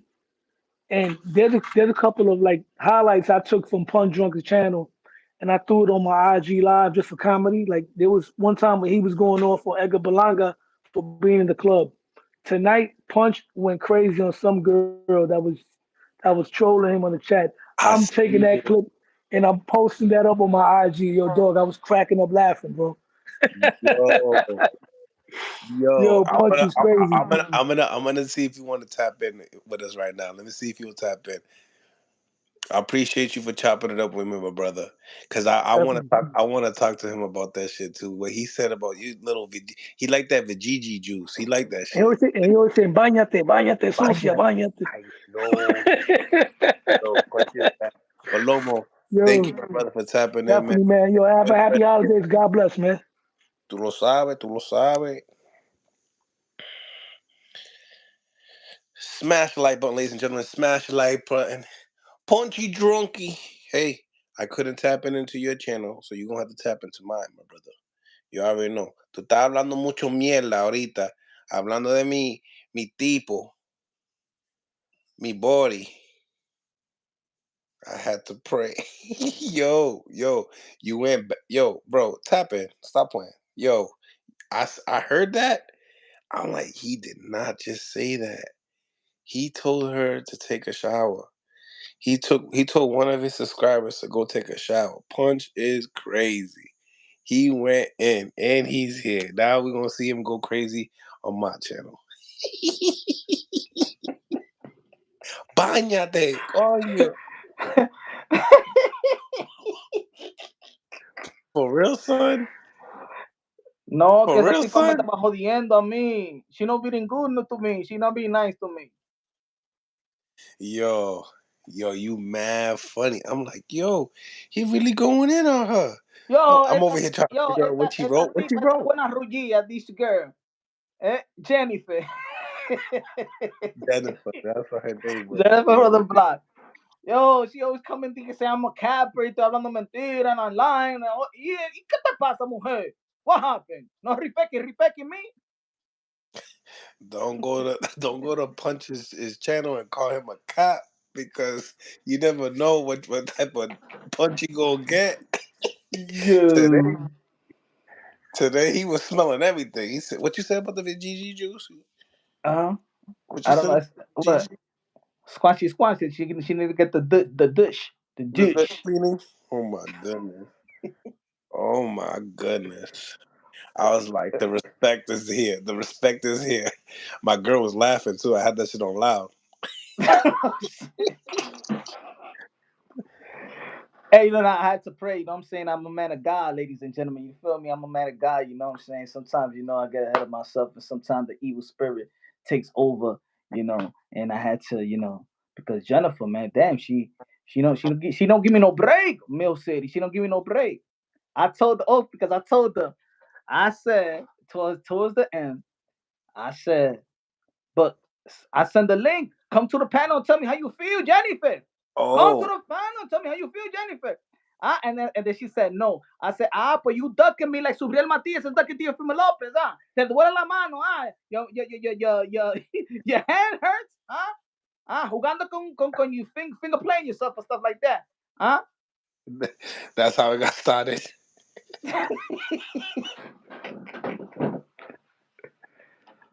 What's going? Hey, what's going on? Hey, Millcityboxing. What's going on with Subriel Matias? All I'm saying is que after the fight, Subriel Matias, and we took a picture. I show you the picture. Me and Subriel Matias. Pues la mano de estaba bien. No hable mentira, Subriel. Que tú me diste la mano así. He gave me a firm handshake. Diablo, ponte droga. Were you talking facts when he still had the tape on him? Shit, for real? No, he didn't have no tape. Oh, I'm like, damn. Because you said that he didn't take a shower. He just went straight to the. No, I said that the tape is still, the print of the tape. You know when you wrap it. Oh, gotcha, and it's still the ashy. Ese tigre no se bañó, eh. This nigga. Yeah. All I'm saying, folks, is Subriel Matias called everybody out in the post-fight interview, right? He called out Tanky with the lime green purse. He called out Ryan Garcia. He called out Rolly, the one that got beaten up by the senior citizen. He called out Devin Haney, Regis Prograis, Gary Antoine Russell. But then when he called out Teofimo López, he called Teofimo López un cobarde. He called him coward. Out of everybody he called out, he called out Tio a coward out of everybody. The lineal champion, the 140-pound campeón. The man that beat the man. He's the coward. So, all right. If you're going to call out somebody, right? It's because we hear a lot of call outs in the sport of boxing, but sometimes nothing is returned. They call out, some people sometimes call out because nothing's going to be happening after. So what did Teofimo López and the team do? They called this bluff. You called me a coward. You called me out. We send you an offer, and then ready. Okay, te doy la mano ahora. But you called them a coward? If you're not ready to fight, then you wasn't ready to answer the bell. If you're not ready to fight, don't be calling nobody a coward, because when that dude step up to you and said, let's go, I know, sorry, Teofimo López, please, wait a minute, Tio, please, Tio. Let me explain. Que la mano me duele, la mano. My hand, it hurt very much. Okay? Let's wait till April. And then April comes y después le va a decir a él, April Fool's, Teofimo López, I was lying, let's go fight in September. Eso es lo que va a decir Subriel Matias. Hablando mentira. Vamos a pelear ahora, Super Bowl weekend. Let's go, Subriel Matias. I believe in you, Subriel Matias. I know your hand don't hurt. Tú me diste la mano así, mimito, pon the drunk. Y yo dije, hey, Subriel. How you know? Porque me dio la mano así, mimito, como un hombre de verdad, Subriel Matias. He shook my hand, a firm handshake. Me lo dio como un hombre. And he ain't had no ice. Mill City, come on, you box. You know when your hand, you put it on ice. Hey, he was shaking everybody's hand out there in the arena. He came to the arena, was shaking everybody's hand, taking pictures with everybody, man, giving dabs, giving gang signs, and all of that with his left and right hand. Yeah, man, his hand don't hurt. Listen. To put ice while a fight is going on and all these people are here, that shit gonna make you look a little, like what? Make it a little soft, People gonna be like he's looking right now. I don't know. I don't know. Listen. See, the thing about it is that some fighters, right? They duck the fight completely. Some they duck the actual date. I think this is just the date. Tú y yo habló ahorita. We think this fight's gonna happen. Don't you believe this fight's gonna happen? Maybe in April Fools. Here we go. I don't know. Oh, so that's que le duele la mano el tigre. Hey, Subriel Matias, deja de estar haciendo la paja y vamos a pelear ahora con Teofimo López, que está ready. Super Bowl weekend, vamos. The biggest night, the biggest week, the whole world, Subriel is going to be out there. Subriel, the whole world, all the celebrities, everybody, man. Super Bowl weekend, Las Vegas, Nevada. Even the hooker's going to be charging $500 more. Chica Bonitas, the strip club's gonna be popping, baby. Subriel. Y tú quieres pelear en April Fools. No, así no. No April Fools around here. Okay. Teofimo López is ready to go. He's in the gym. So You you called tell. out the lineal champion. You called him a cobarde. Y Teofimo Mhm. López dijo, oh, cobarde, me. Toma este contrato. Ah. Mhm. Y después dice Subriel Matías, ay, me duele la mano. Me lastimé. Sorry, no puedo pelear ahora, please. Let's wait for a later day. Oye, what made Ahora, ¿quién es el cobarde? what what made you think of Tio actually sending out that contract? Like you and I spoke to Tio. He said he want the big fights. Subriel is not the big fight yet. All of a sudden, el quieres the IBF. Because él le llamó cobarde. He called him a coward, man. Is that what it was? Look, Is that you what it know, was? look, ladies and gentlemen, Mill City Talk to me. and the Mill City community. Who's a guy that has proven that he's willing to fight anybody, anytime, any place? I ain't trying. I don't give a damn about my O. Los dos gente ahí, Subriel y Teofimo. Por tío, estás ready ahora.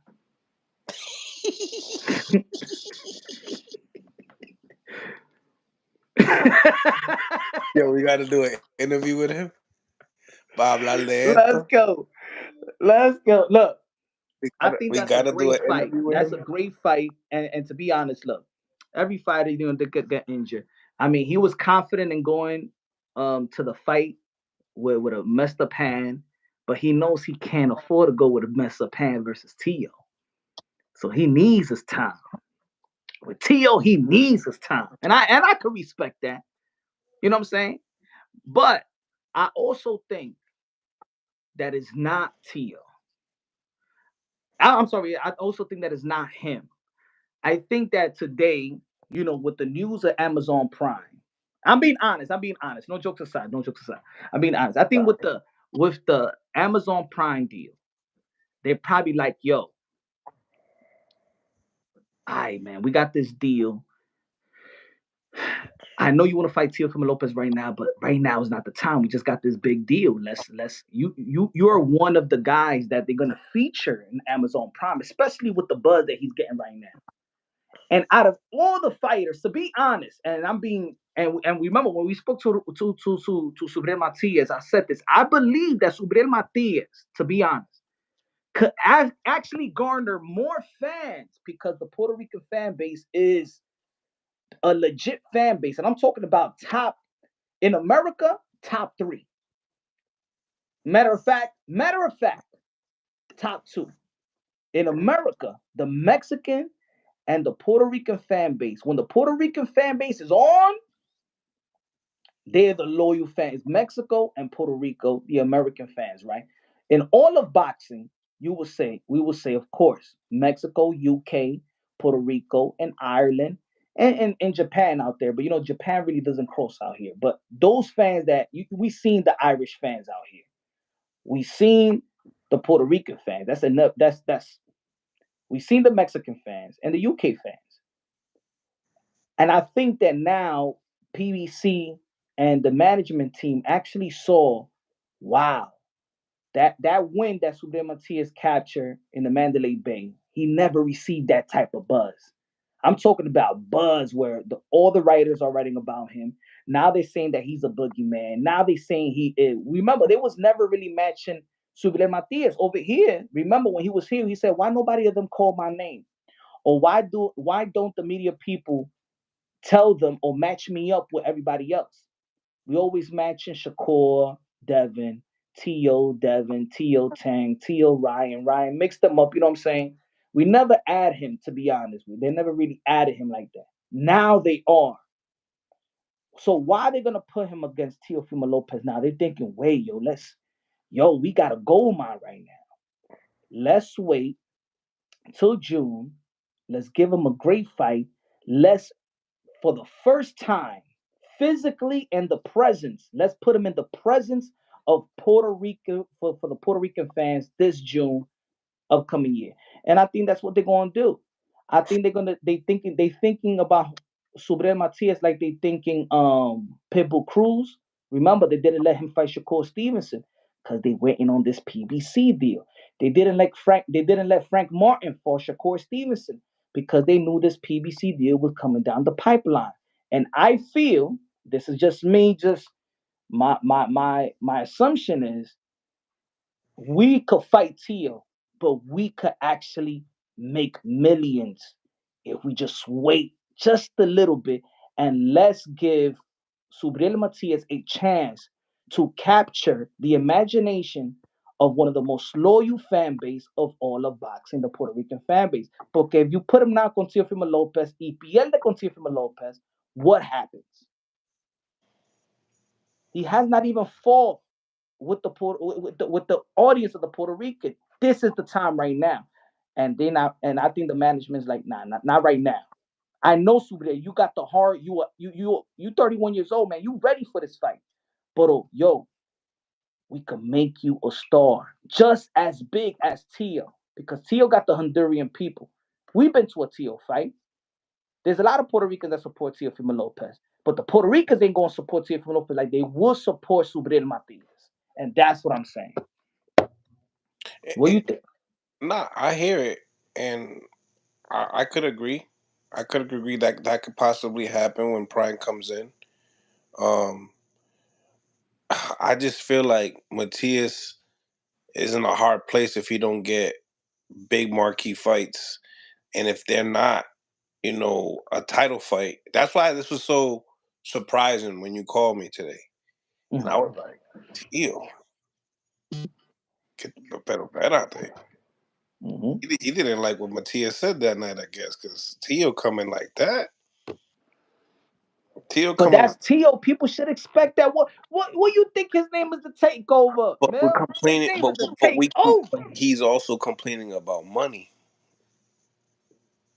So I don't see him making money in this fight the way he would make in a Haney fight. Bro, think about this. Garcia, Matter of fact, I'm sorry to cut you. Like before I forget about thinking about this, I'm gonna say it real quick. dale.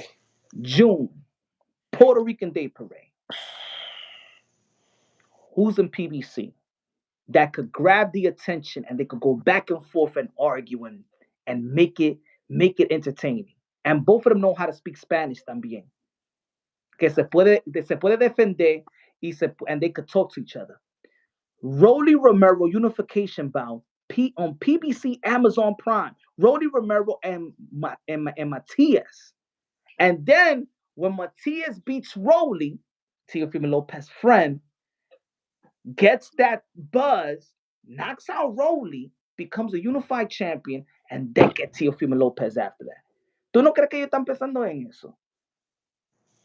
If you're a businessman, yo, easy. That's the easy fight to make. It's PBC. They got a new deal. They gotta milk that. You think they're gonna do a cross promotional deal with a Lucas, with a I'm sorry, Lucas, with a Matias right now when they could get Matias versus Rolly? I don't know. I feel like Rolly's gonna get the special fights, man. He's not gonna get a Matias, Who? a Ryan Garcia, a Devin Haney. He's gonna get fights that he could actually win. You don't think a Rolly has a chance with Matias, do you? No, I think Matias is gonna beat the crap out of him. But that's what Matias needs in Cole. front of the Puerto Rican people Yeah, yeah, because yeah. they know who Rolly is. But Matter now, of fact, the biggest fight. Matter of fact, Rolly's biggest fight was where? New York. So even New York people know who Rolly is because I was in the Barclays Center. Bring him back over here in New York, but let the Puerto Rican fighter beat the crap out of Rolly. you know who called. You know who else called out Matias? Arnold Barboza on my channel.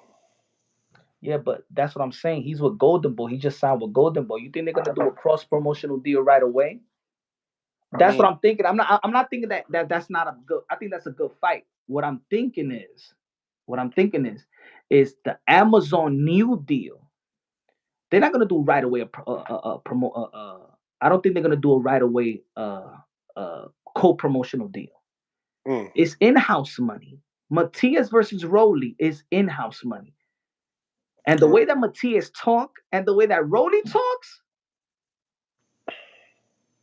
and then after that, let's say Teofimo Lopez fight Jose Ramirez or something like that. Then after that, you get Matias, and now the Puerto Rican fan base is introduced. He'll go from the Hulu theater to the big, to the big, to the big room. New York City, Matias, the Puerto Rican people, Brooklyn kid, Teofimo Lopez. Come on, man. Come on, Mill City. Come You think on, Mill City. What you you think think about what you think about that? you think Rolly will fight anybody? Hell yeah. Rolly will fight anybody. Rolly fights. Porque era un poquito tostado, ¿verdad? Uh-huh. Yeah. But why you think they got Rolly in that position? For a small fight? I think they wasn't thinking about look, I don't think they was thinking about Matias. But yo, Matias is catching the wave right now. The only thing that's missing is the Puerto Rican people behind him, where he performs with the Puerto Rico. I'm telling you, bro. And remember, I told them when we was interviewing, I said, "Yo, come out here in New York, fight, because I know, you Puerto Rican, you know how big he could be. Give him a chance to be that. But if you give him Teofimo Lopez right now, business wise, I'm thinking I want to fight. I know that Teofimo Lopez will fight him, and I know that Matias he Yeah, will fight. I just got an idea. What you got? Un Instagram live con Teofimo, Matías, tú y yo. Ay, bendito. Let's go, Subriel, Matías. ¿A dónde que tú estás? ¿A dónde que tú estás? Que tú le estás mandando text a Millcity, que la mano tuya está trabajando ahora. Ven, vamos a hablar. Espera, Yo. dame llamar a Teofimo López ahora mismo. Ven, Ya, lo voy a llamar, no te escondas. Lo voy a llamar a Teofimo López. No te escondas, Subriel. ¿A dónde que tú estás, usted? Vamos, ven. Smash the Emma. like button. Nah, then the Subriel Matias is going to say that his other hand hurt. Let me just not even call. Porque look. I got it. Just to let you guys know that Punch has been at it all day today. Just to let you guys know. All fucking day. He's been at it. He's been at it. He said, Yo, I hit you up right away, let right? me hit my I boy said, friend. yo, Let me I hit my told boy. Mill City. I said, mira, Mill City. Hey, find out what the hell is going on. Yo, Mira. I said, yo, I told Mill City, yo. Ladies and gentlemen, I told Mill City. Mill City, mira, habla con Subriel y la gente. Talk to me. Hey, llámale a ese tigre ahora before I make a video. Si no me dice lo que está pasando, tú verás que le voy a decir a la gente. he did. Oh, he goes, oh, I can't wait for my video. You, I yo, warned. Hey, yo, look. Hey, yo, Bill, I warned it, right? And then I called you back. And I said, ¿qué dijeron?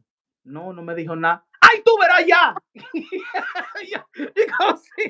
no, you know what I liked when I said that I texted him, I voice texted him, and then he wrote, and I told him what exactly was going on. Like, hey, they saying that Tia sent you a contract, you denied the date, supposedly your hand is hurt, and he tells me he put a thumbs up, like, yeah, that's exactly what's happening. Okay. What happened? No, He could have no, checked because no, the hand no was hurting. ducking, no ducking, no ducking. Ese Dr. Goose. No. Ese Dr. Goose. So Aflac, quack. it said he's a killer. He's a Killer killer. nothing. No, El killer eres tú que tienes ese mousse. Dame ver el mousse. Mira, ese es cobarde ahí mimito. Subriel Matías, dame hablando contigo. Subriel. We're gonna call the moose Subriel. Subriel, I'm talking to you. ¿Qué está pasando con usted? ¿Por qué tú no quieres hablar con tú no quieres pelear a Teofimo López? Why you don't want to talk? You don't want to fight with Teofimo López? Háblame, moose.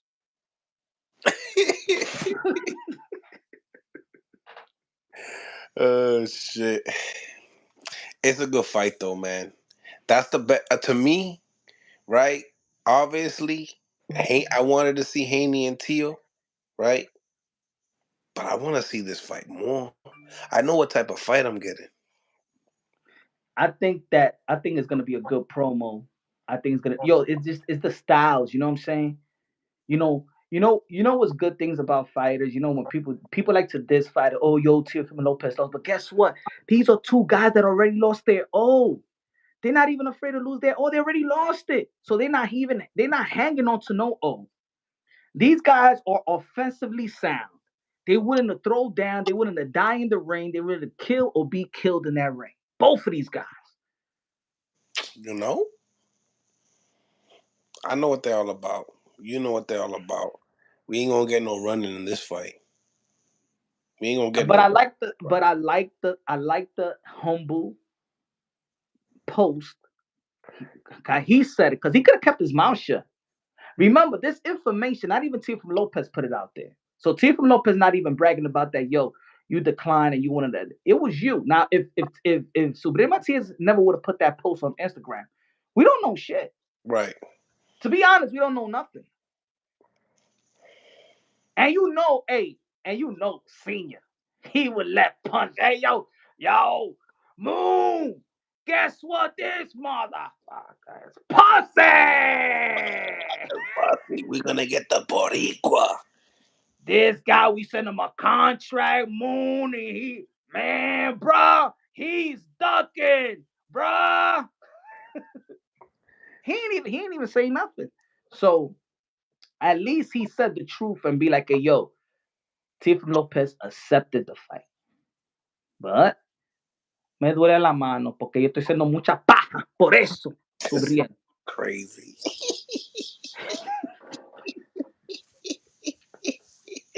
Yo, you put punch and Mills in one show, and this is what you get.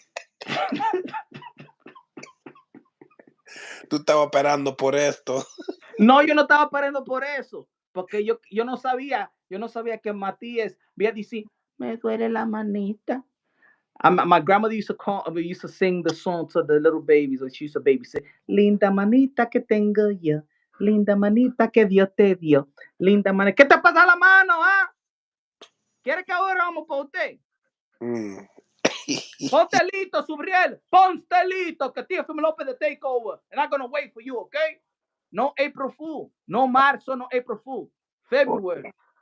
Oye, chequea esta pelea.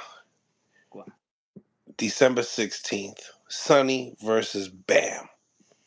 Good Bam fight. Rodriguez, one of those fighters that, special. You know what I'm saying? You got to give a lot of credit to Bam Rodriguez. Bam Rodriguez to me is what is Tio, Bam, Shakur as well. Shakur, look at Shakur's resume. You're talking about the 2 division champions. He was not supposed to fight Cuadras. He was not supposed to fight Rumberside. You know what I'm saying? Like these are fights, and put it this way.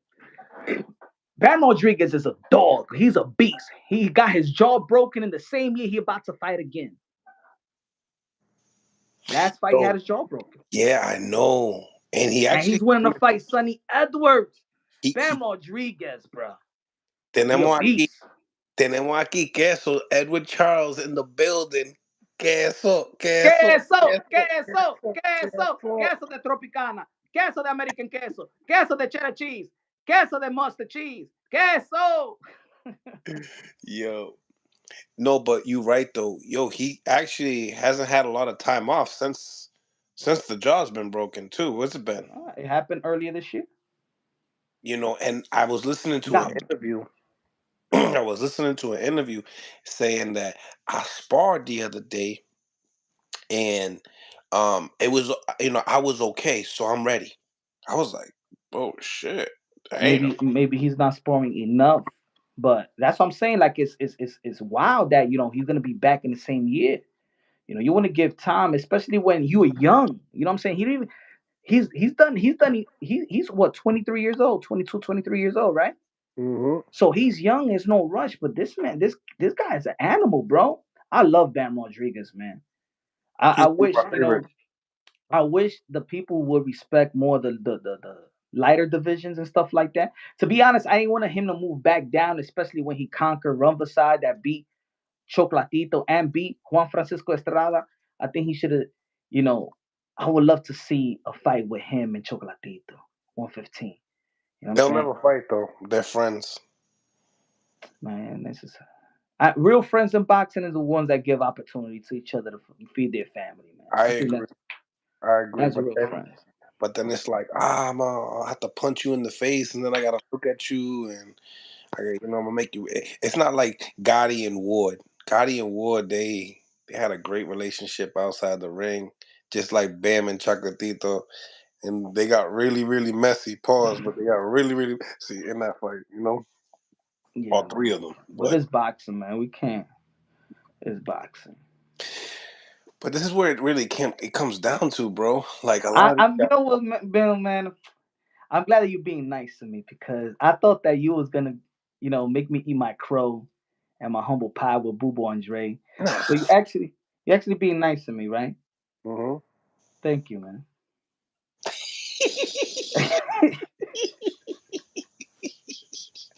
Nah, you gotta give the guys you like a pass sometimes. You know what I'm saying? You gotta give them a Cause I ate enough crow, bro. I know. I ate enough crow, man. I've been in your live streams already. I already Man, see. I ate a lot of humble pie, man. Tenía pena. Me dio pena, man. Hey, yo, you should have seen me how I was cheering in the first round. I was like, let's go, Boo Boo. That's what I'm talking about, Nah, Boo Boo. nah, He nah, ain't nah. nothing. Nah, my favorite part was when you started videotaping outside hiding. Yo. Ain't no David Benavidez fans out here, are there? Yo, I was like, the first round when he threw them combinations, let's go, Boo Boo. That's what I'm talking about. He ain't no goddamn monster. He's Elmo from Sesame Street. He ain't no damn monster. Hey, I was lit.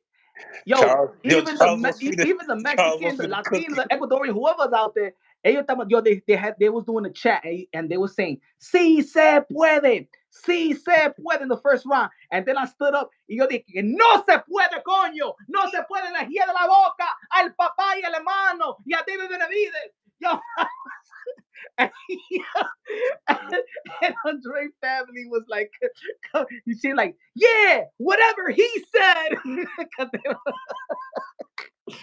Hey, then the second round came. And the second round, he did even better. And I'm like, that's what I'm talking about, Boo Boo. That means Andre, you're going to shock the whole world. That's why he's been dug. That's why he was avoided. I was talking my talk, bro. Yeah. I was talking my talk, baby. Then the third round came. David Benavidez came a little on. And then the fourth round came. And it was like the third round. And damn, the last damn 4 seconds that he went down. I said, damn. And then a couple people looked at me like, what happened? I said, Facts. he slipped? Was it a slip? It was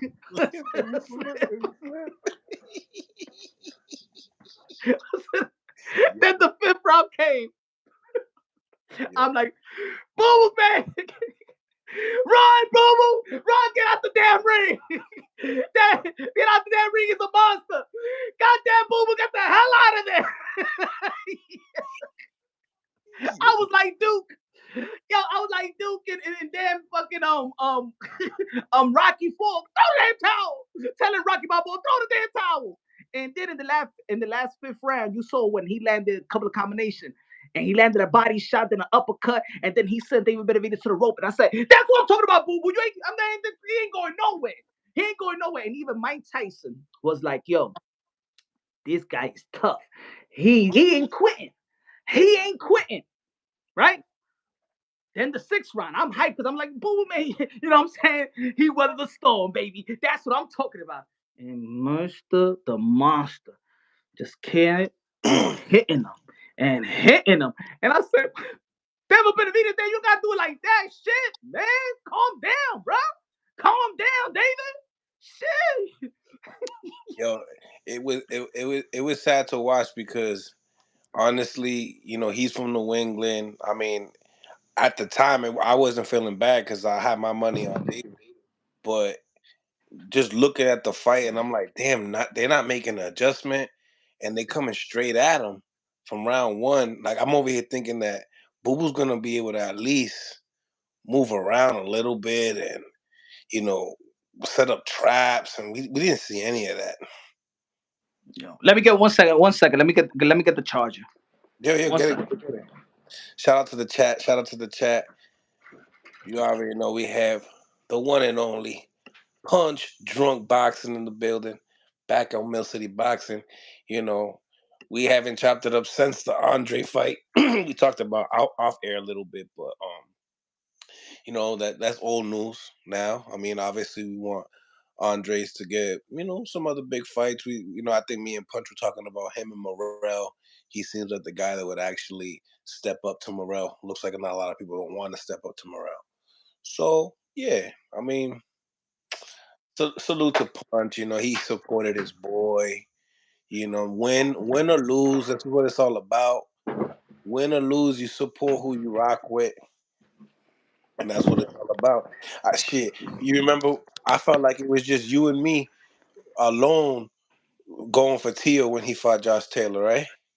I was like, Hell when? yeah, man. I told the whole world, bro. I said, yo, man, stop talking about this man is mental and nothing like that, man. Gotta know that Teofimo López, the ring, the gym is his paradise. That's when, like, everybody think about it. Everybody, some point in their life got some problems. If they got some women problems or men problems, sometimes going to work is the healthy thing to do. You know, going to school is the healthy thing to do. The last Showtime card is the 16th, right? Next week. Yep. Next In week, shout out to Morocco. Showtime, shout out to PBC, TGB, Steven Espinoza doing, they did a great job 2023, man. Sucks that like the networks couldn't like alternate days. Like everyone's fighting, this weekend and then the 16th, and then it's like what goes on for boxing for the last 2 weeks in Well, December. you got the now you ain't know Uwe on the 26th out there in Yeah, but nah, Japan. got to show love to that for sure. And then when do you That's got the all undisputed, right? Deontay Wilder? Isn't it after Christmas? Oh, it is. It is. It is. So yeah, man, December is hot. And December's hot. December is hot. You know Shout what I'm out saying? to boxing. Shout out to boxing, bro.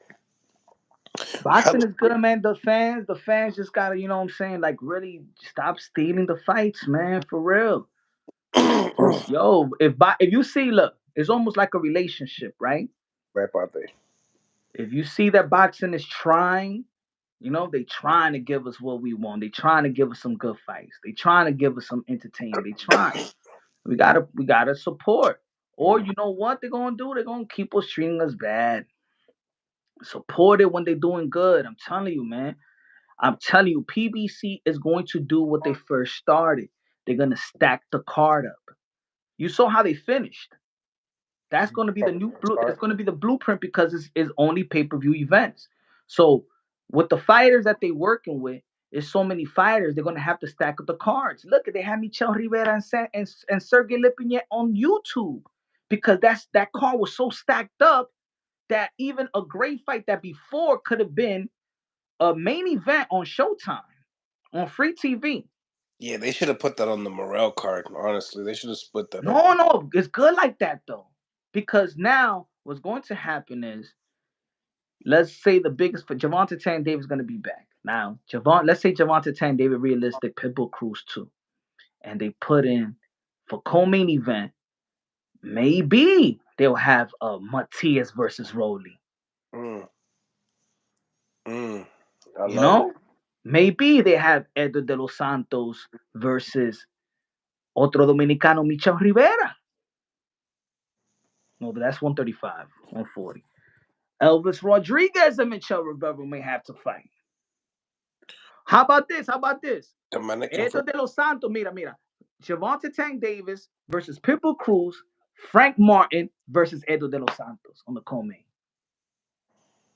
They're gonna have to stack the card up. You know what I'm saying? They're gonna stack the card up. Why? They're gonna do what when they first started with Floyd Mayweather versus Cotto, and they had Canelo Alvarez versus Shane Mosley in the co-main event. Think about that. beautiful. They're gonna have to stack the card like they started. That was a beautiful card back in That those was a days. beautiful card. Stack it up. You know what I'm saying? And how much did Canelo Alvarez win? I mean, his purse was what, 1.2. Shane Mosley was not even a million. So I see a David Benavidez versus Canelo Alvarez, and then in the co-main you see Jamal Charlo versus Demetrius Andre. And I spoke to Demetrius Andre. Demetrius Andre, he said he's willing to fight Jamal Charlo in the co-main event of Canelo Alvarez and David Benavidez. Which before Demetrius Andre and Jamal Charlo will probably have their own. Shit, that's if Canelo lets him. Nah, he would because they would trust me. I mean, look, Demetrius Andre is coming off a loss. I mean, is he gonna ask for what type of money he's gonna ask for? What type of money Jamal Charlo is gonna ask for? He ain't get paid that much versus Jose Benavidez. So I see it. Think about how much money David Benavidez and Canelo that card is gonna make. So it's gonna be enough money. You could give Demetrius Andre 1.2 and Jamal Charlo 1.2, 1.3, and that's nothing compared to the money that they're gonna make with David Benavidez and Canelo Alvarez. Yeah, but why would they? Why would they take that much low of money? Because think about how much they already made. That projected to be like a $7 million purse. That's before, man. Remember now, Andre don't have a belt and he's not undefeated. That's when Andre had a belt. That was Not unification at 68. This was at this. These talks were at 6. Oh, what? No, at 60 that was at 60. for a unification bout. Now they're gonna fight at 168. The belt ain't gonna be on the line. Jamal Charlo and Demetrius Andre don't got a belt, so it can't be at the same. It ain't gonna be the same. Remember that was when the zone was throwing money. That's when the zone was throwing money and Demetrius Andre was getting paid and Devin Haney was getting paid. You know what I'm Charlo saying? paid good money too. Yeah, so they not throwing money right now. You know what I'm saying? This is Charlo, all gonna be all on the promoter, all on the show. They're gonna flip the bill all the way. It's not like it's not a budget that some investor is just throwing a bunch of money at them. They gotta make the money. mm, mm, mm, mm, mm, mm. Shit, I think I wouldn't mind seeing a Demetrius Andres and David Morrell now. And I know I've stirred this pot up a little bit, so probably Demetrius might call me out in it. But hey, he's the one that said it. You know, him constantly saying throughout the gear up of the fight that he was a better fighter than Caleb Plant. Like that's a fight I want to see No, too. that's a good fight too. He wants that fight too. Caleb Plant, Andre, Charlo Plant. Mix it up. It's in-house money. It's good. If you want to put Morel in there, hey, Plant and Morel. But I doubt they're gonna, you know what I'm saying? Yeah, I I mean, doubt that. I don't know. They're gonna have to figure it out. Because they're gonna have to Everybody's figure gonna out. take a risk. Trust me. If you don't, if you ain't gonna say yes, if they present a fight and you don't say yes, man, they gonna f with you. Trust me, they're not gonna f with you. It's all about sacrifices. Remember, Demetrius Andre had to. He said yes to Damon Nicholson to be the fourth leg. Not even the co-main. Not. He was fighting under Rashidi Ellis that haven't fought in years. You want to Yeah, fight Damon Nicholson? All right, to fight, and then we'll give you a big fight. that surprised me too on that 10 card. When I seen that, I was like, damn, Demetrius Andres Coco main event. You know what I'm saying? Yeah. But you know what? He put his ego to the side. Did what he did. I mean, play by team rules, And and entered the David Benavidez show. then he entered the David Benavidez main event headline pay per view. That's what it is. Why you think Keith Thurman hasn't fought? In my opinion, it's because he said no. Or you saying no. Oh, we're gonna put you in the back burner. Now when you ready to fight, nah, man, you said no. We needed you, bro. The networks are leaving us, bro. And when we needed you, you are a golden goose in terms of viewership. And you gonna say no? Matter of fact, man, get it behind the bus. Because I ain't gonna hold you. I don't want to see a Boots and Thurman. what no the one that Barrios. I don't want to see Boots and Barrios. That's gonna happen. Watch. I That shit think so. that don't But interest. gotta give credit to Barrios, man. Hey Get man, that credit. win with Javante Credit. He Tank getting Davis. payday. Get credit. I'm Yo, getting paid. no, he beat Ugas. You gotta give him credit for that. Yeah, but he still got. I'm pretty sure he got some decent money, bro. His bags have been nice lately, if you think about it. You know why though? Because he don't say no. Because you don't say no exactly. And when I'm telling you, when yo saying no to a promoter and saying no to you know how hard it is to get dates, Hell, especially now with all these sports and all these arenas booked with collegiate sport, professional that's like sport, that's like tell, artists. that's like telling your coach, I'm gonna take a break from practice today, just to let you know. You see, Yeah, that's if like he that's put like you, telling a see coach if he that when he starts want to you. sub you in, you be like, nah. That's what it is. Nah, I'm good. Nah, Exactly. y'all niggas is playing full court. Nah, nah, nah. Because there's already because there's already a blowout and the coach want to put you in and you're like, hell no, I ain't gonna go in, man. It's a blowout. I ain't trying to look stupid. So Mario Barrio said yes to Javante Tank Davis. Yeah, say yes to Keith Thurman. Say yes to the next fight that he knocked out in San Antonio. Say yes to Ugas. So if you look at it, look at Tim Zhu too. With no limit. He fought 3 times this year. Tim Zhu's team could have easily said, no, we're waiting for Jamal Charlo. We're not gonna fight Tony Harrison. That was a risk. And they fought Tony Harrison. They didn't wait. He fought then Carlos Acampo. He didn't have to face Mendoza either. He couldn't remember. He risked his position time and time again. He fought 3 times this year, and look how Tim Zhu is doing in Australia Confident. now. He's High confident. commodity now. Don't say no. Your team is there to. They want the investment back. They want you to go out there. They want to be successful. You successful, they successful. But once you start acting greedy, even as a fighter, come on, man. Yeah, I think that's what happened with Keith, my opinion. And I'm a Keith Thurman fan to the fullest. I'm a hardcore Keith Thurman fan. But he's letting his fans down. Keith, I don't know if you're the real Keith. I don't know if the Keith is still in Nepal, kidnapped. You know what I'm saying? I don't know if they did some voodoo stuff on you. But we miss you, Keith Thurman. We miss the Don't Duck Me son, Keith One Time Thurman. don't We duck. need we miss Samson, the one that had the long hair. Now he got the suit with the short hair with no shape up, playing the Yeah, his hairline's running away from him. man. They ran away a long time ago. He's trying to chase it. The hairline's running away. His hairline's running faster than Forrest Gump. Speaking of Forrest Gump, who'd you have running? You had like, Canelo. yeah. You had run, Forrest, run. Canelo running from David Benavidez. Diablo. ¿Y qué tú crees en David Benavidez ahora? Like, what do you think about David now that he beat your boy? The same thing que Canelo Álvarez le gana a David Benavidez. ¿Verdad? Is that how you feel?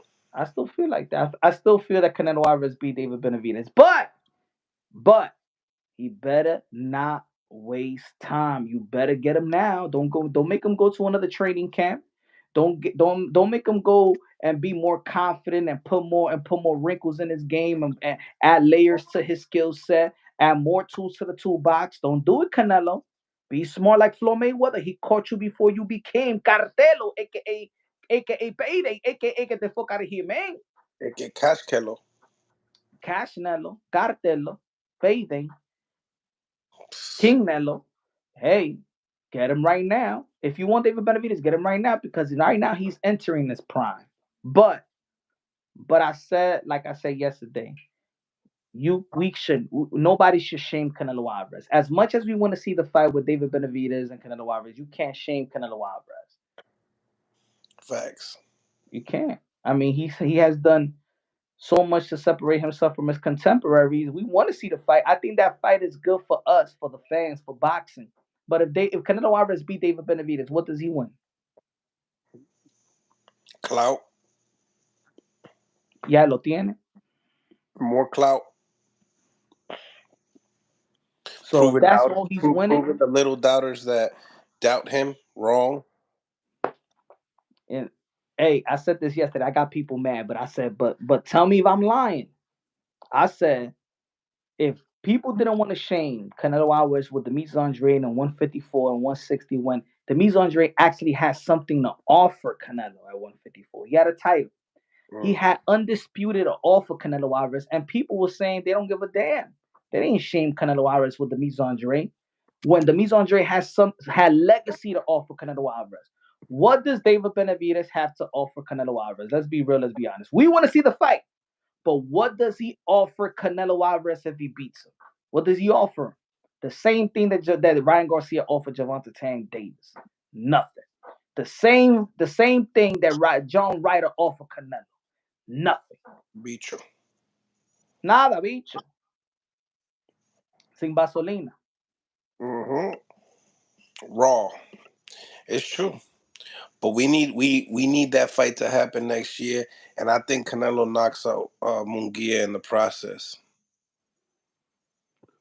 Look, I say go for the fight, Canelo Alvarez, but David Benavidez, you're good enough, you're big enough to move up also, and you could do some work. Evolve.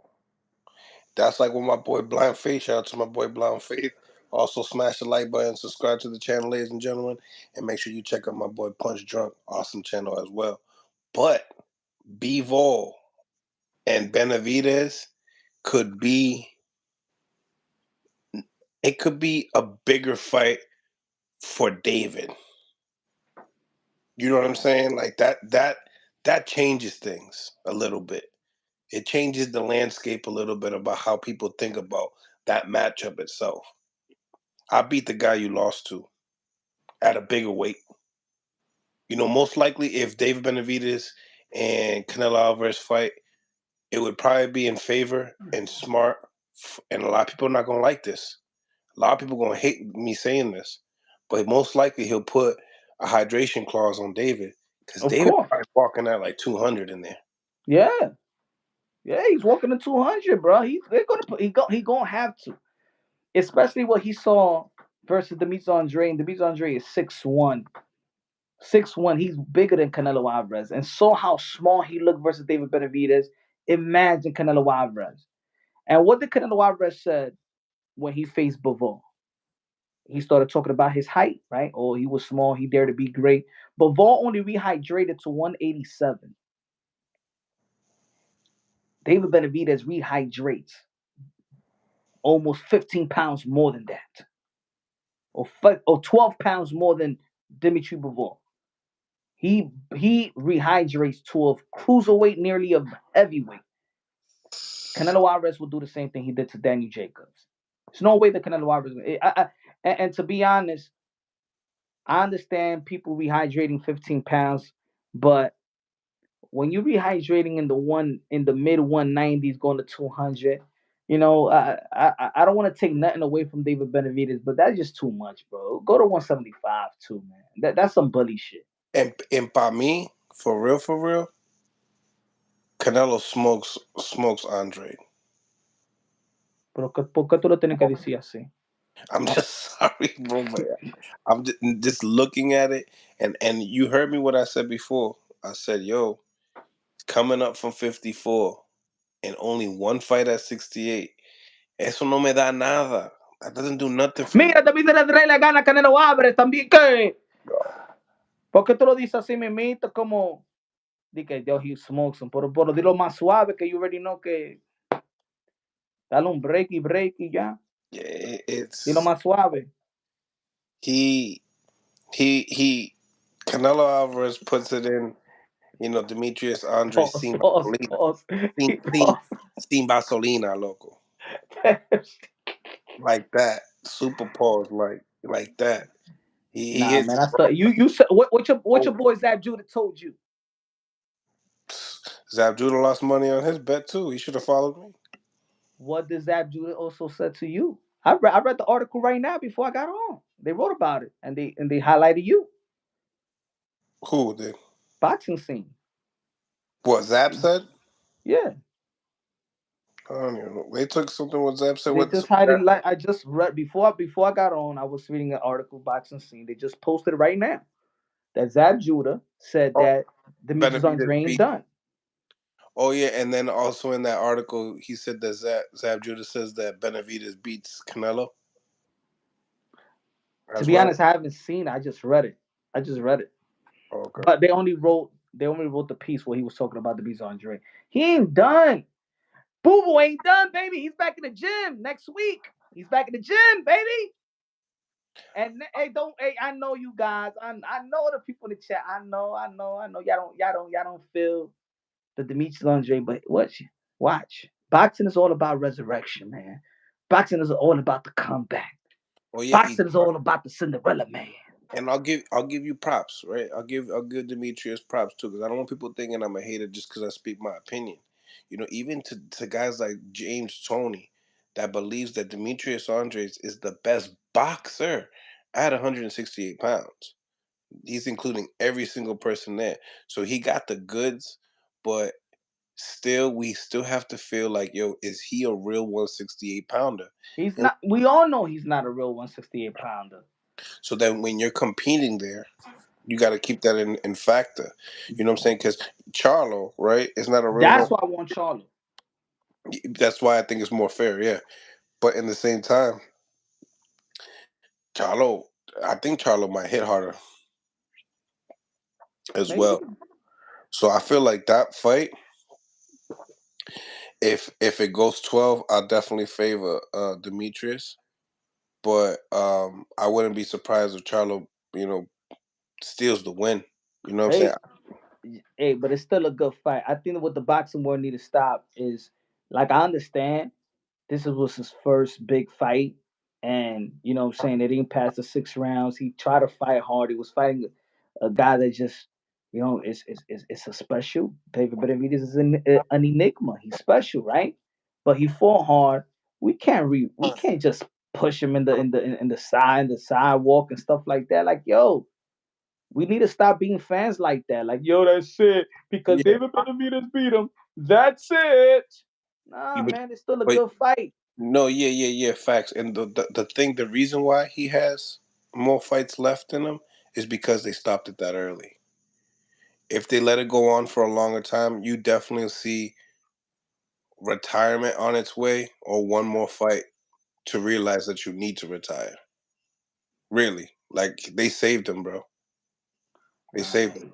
shout out to Mike Velos, man. He did a Shout out to good Mike job. Velos because He did a good job. even Now we get to see even him. at a point, I'm like, look, I was like, yo, I believe in him, but if there is no adjustments. And he already when he told me after the fight, he like, yo, my man, he wasn't feeling my punches, man. I hit him with everything, bro. And he had no excuse. Like, yo, I had the best training camp. I felt strong. I had my legs. You know what I'm saying? I just he felt He he made said an excuse. he also felt he felt Even comfortable. he even made an excuse, right? Which he shouldn't have did, because it made him look weak. And you know what I'm gonna say? I moved up 2 weight divisions. I try to be great. Hold on, nigga. You already moved up with Demar Nicholson. Mm. Like, don't you just fought David Benavidez and it was a tall hurdle to cross. Like, that's just what it was. He's a real 175 pounder. He might he might be able to get a fight in heavyweight. He might be able to get a title heavyweight one day. You never I know. I think I understand what you're saying. I understand what you're saying. You know what I'm saying? There's no pushback on that. I think that with Benavides, he understood that, and he's like, yo, and he told him, he's like, yo, pun, he's just the biggest dude at 168. Ain't nobody like David Benavides. So the next guy I'm gonna fight ain't no David Benavides. He's just bigger than everybody else, way bigger.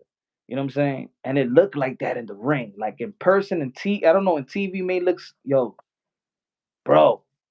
It looked like he was. It looked like Tyson Fury, bro. It looked like he's in one end. And like this dude is big. Was big. I could. He looked like two different type of people on Friday on Saturday. Yeah. So That's why he you needs know, Charlo. Charlo and him is a good fight.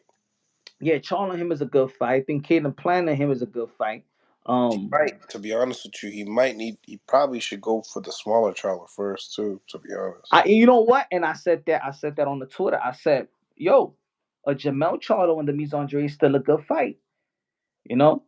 Because I think with this training camp, I think they did all they could do to maximize his strength, maximize how he's going to rehydrate for David Benavidez. And I think that, you know, you can't do more than that. because that is really gonna slow you down at your age and put up that muscle, and you know you It gotta showed. stay elusive. It showed. It showed. He looked You gotta slower. stay elusive.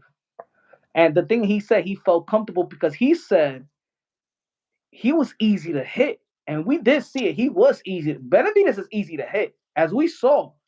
Both And of them. this is why, even though the way that he beat Demetrius Andre, I still have Canelo Alvarez winning. Because as much as yes, he imposes will, the pressure, the effective pressure, it was dope to see. You know what I'm saying? David Benavidez is a it factor, right? But he's easy to hit. Demetrius Andre hit him with uppercuts, with body shots, combinations. He didn't block none of these shits. And I'm looking at what about Canelo Alvarez body shots? What about his counter shots? And the difference is Canelo Alvarez he got an underrated defense. He does got upper body movement, and he could take a punch. He could take a punch from 175 pounders. He could take a punch from the Crusher. He could take a punch from Bivol. He could take a punch. So with the way his offensive approach, going to the body, being very selective, doesn't waste any movement. I still think Canelo Alvarez could get David Benavidez. I see I don't know, man. But he shouldn't wait any longer. I I'll go off of like piggybacking what we said earlier. If there's a hydration clause, I'm gonna go with Canelo all the way. If there's no hydration clause, I'm leaning towards Benavidez, especially if Benavidez can get another fight before Canelo. You know what I'm saying? Yeah, I think Canelo is too small for him, though. That's what I'm saying. I'm thinking Canelo might be just too small for David. He's And gonna have to pull a Manny Pacquiao versus Margarito. But guess what? Even that was a catchweight. even that was a catchweight. Even that was a catchweight. So and look, for the people, and I love Manny Pacquiao, but let's be real: is Manny Pacquiao a legit eight division world champion? Because that fight was not at 154. When he beat Margarito, he became an eight division world champion, but he never fought at 154.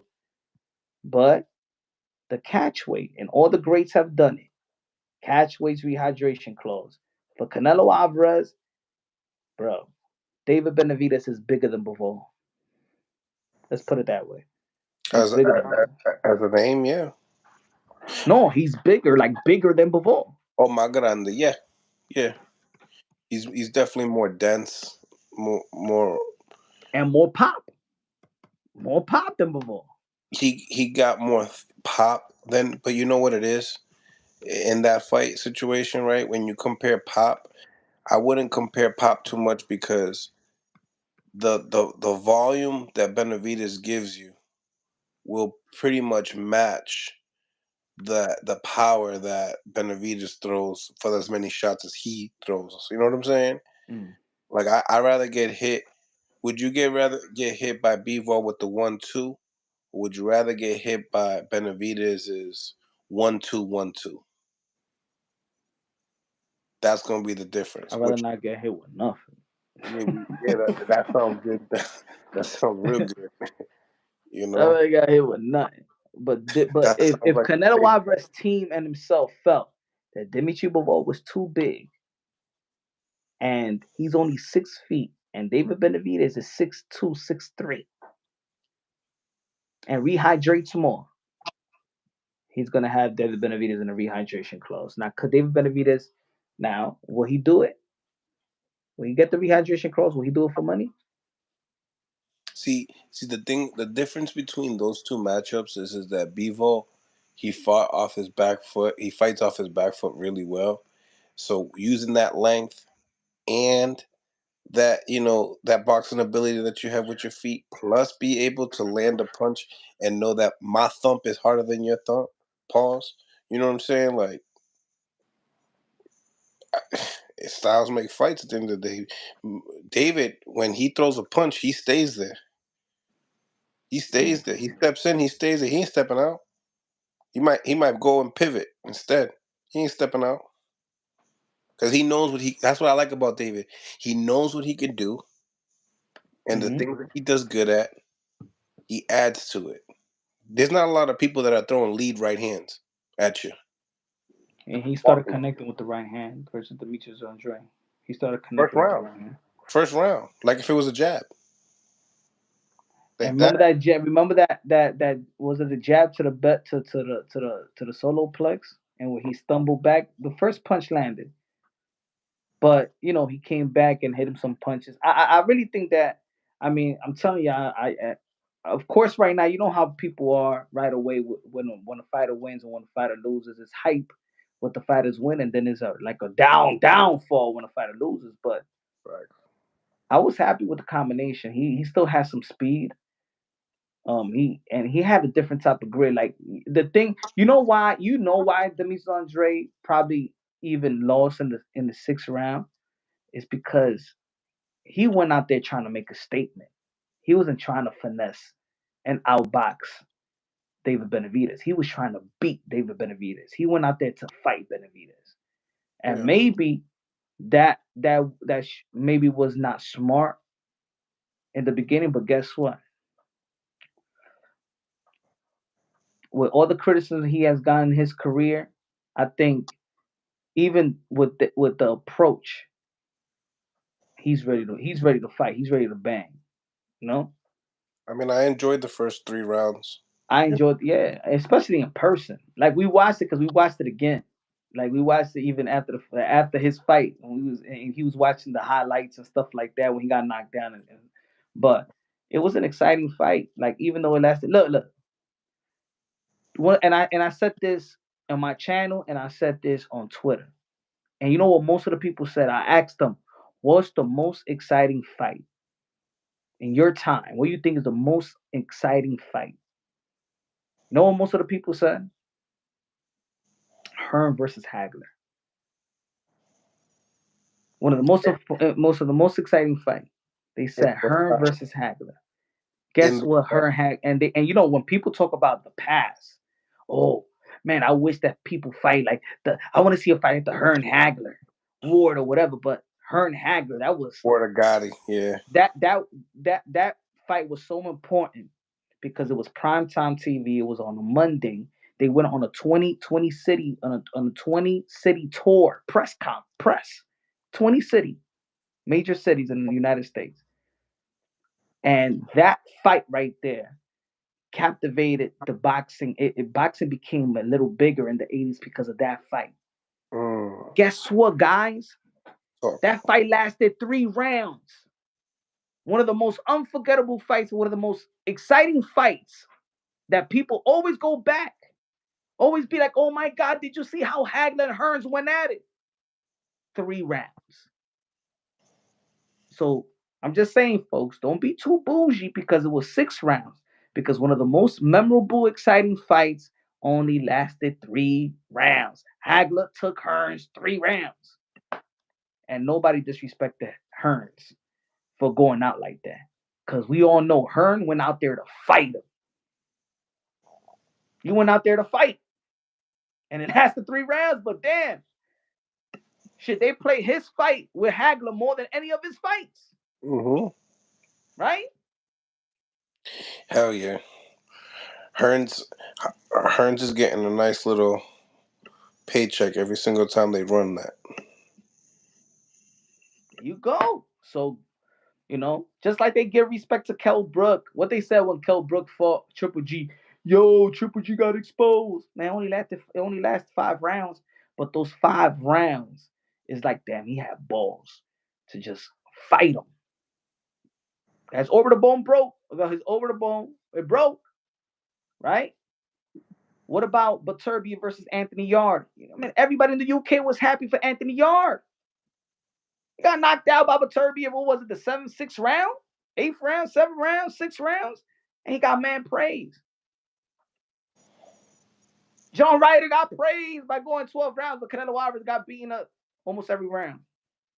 But you Getting the still Jaime Munguia fight. No. He won rounds. Ryder won rounds. Rounds. Probably like, hey, if you could win 3 rounds and not get stopped and get that payday,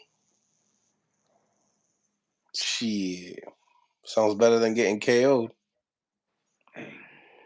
Sounds sounds better than getting killed. You know. I'm sorry. You know, I know your boy, but still. I'm trying to sell it to you, right?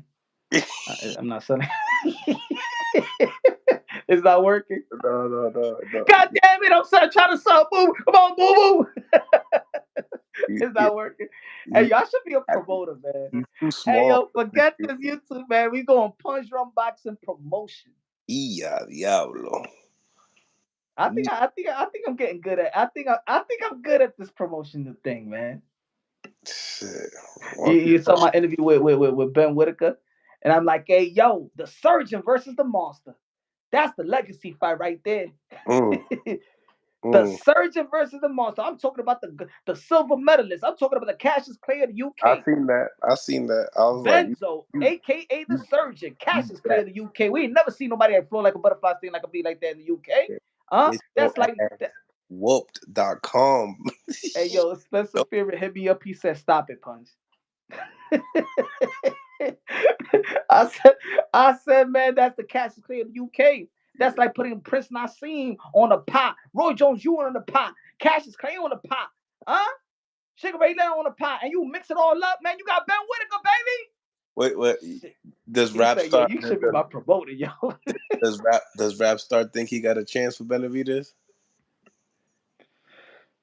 But to be serious, I've been following Ben Whitaker since the amateur, so I always thought that, yo, he got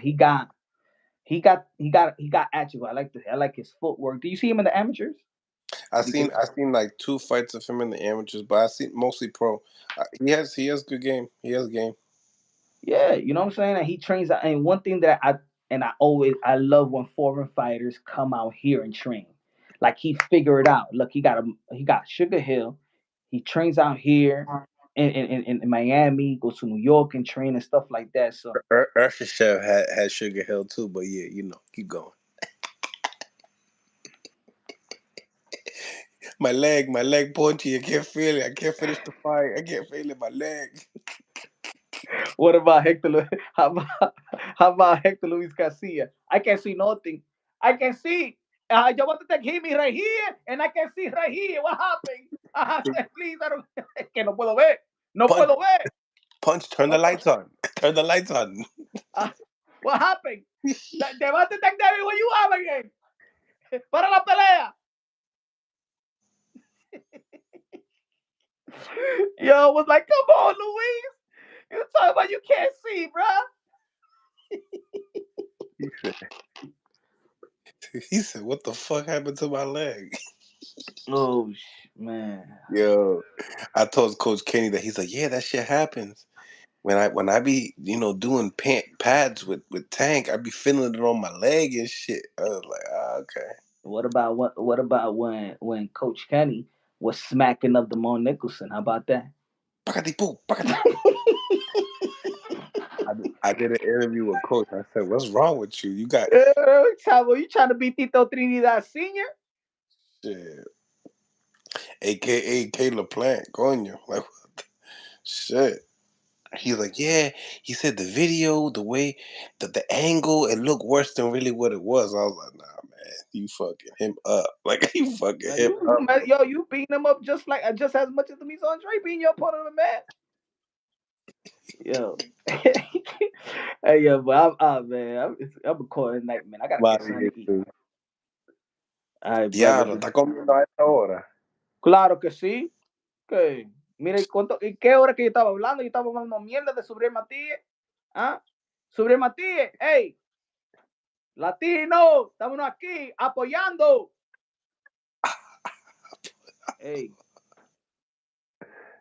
Teofimo López looking for you, oíste. All right? No te escondas. Tú dijiste que eras cobarde. Tú le dijiste a Teofimo López que tú eras cobarde. Oh yeah, I need the same energy when we get him on, though. I need that same funny energy when he come on. Y le voy a decir, no, I'm gonna be like, no me acuerda a mí.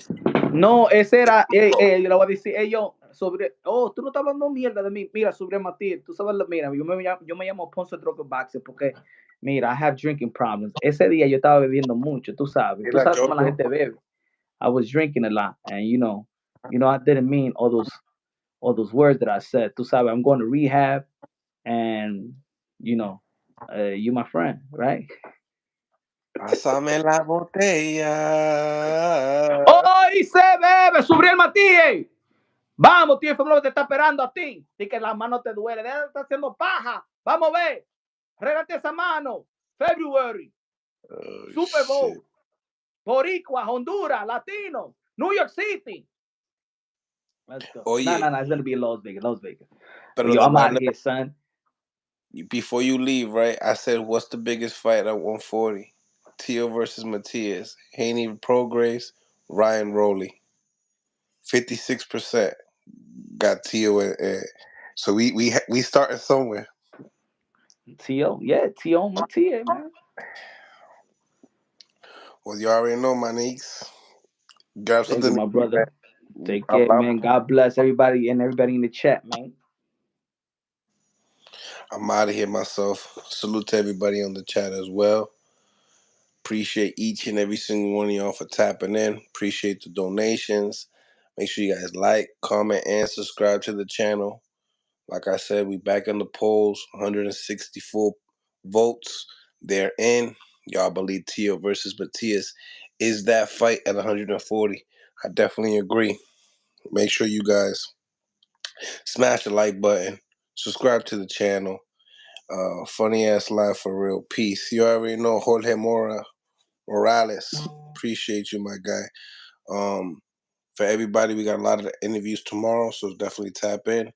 Early in the morning with Breadman. Then we're gonna be lining the afternoon after the weigh-ins with Mickey Bay, and then towards later on at the night, we'll be with Regis' Prograis strength and conditioning coach once again, Evans Tobler, to talk more shit about the fight. So you already know it's Millcityboxing, home of the high-level pro boxing media, the Fighters Channel, the Trainers Channel, the People's Channel. Much love to everybody in the chat. God bless. On to the next. Much love.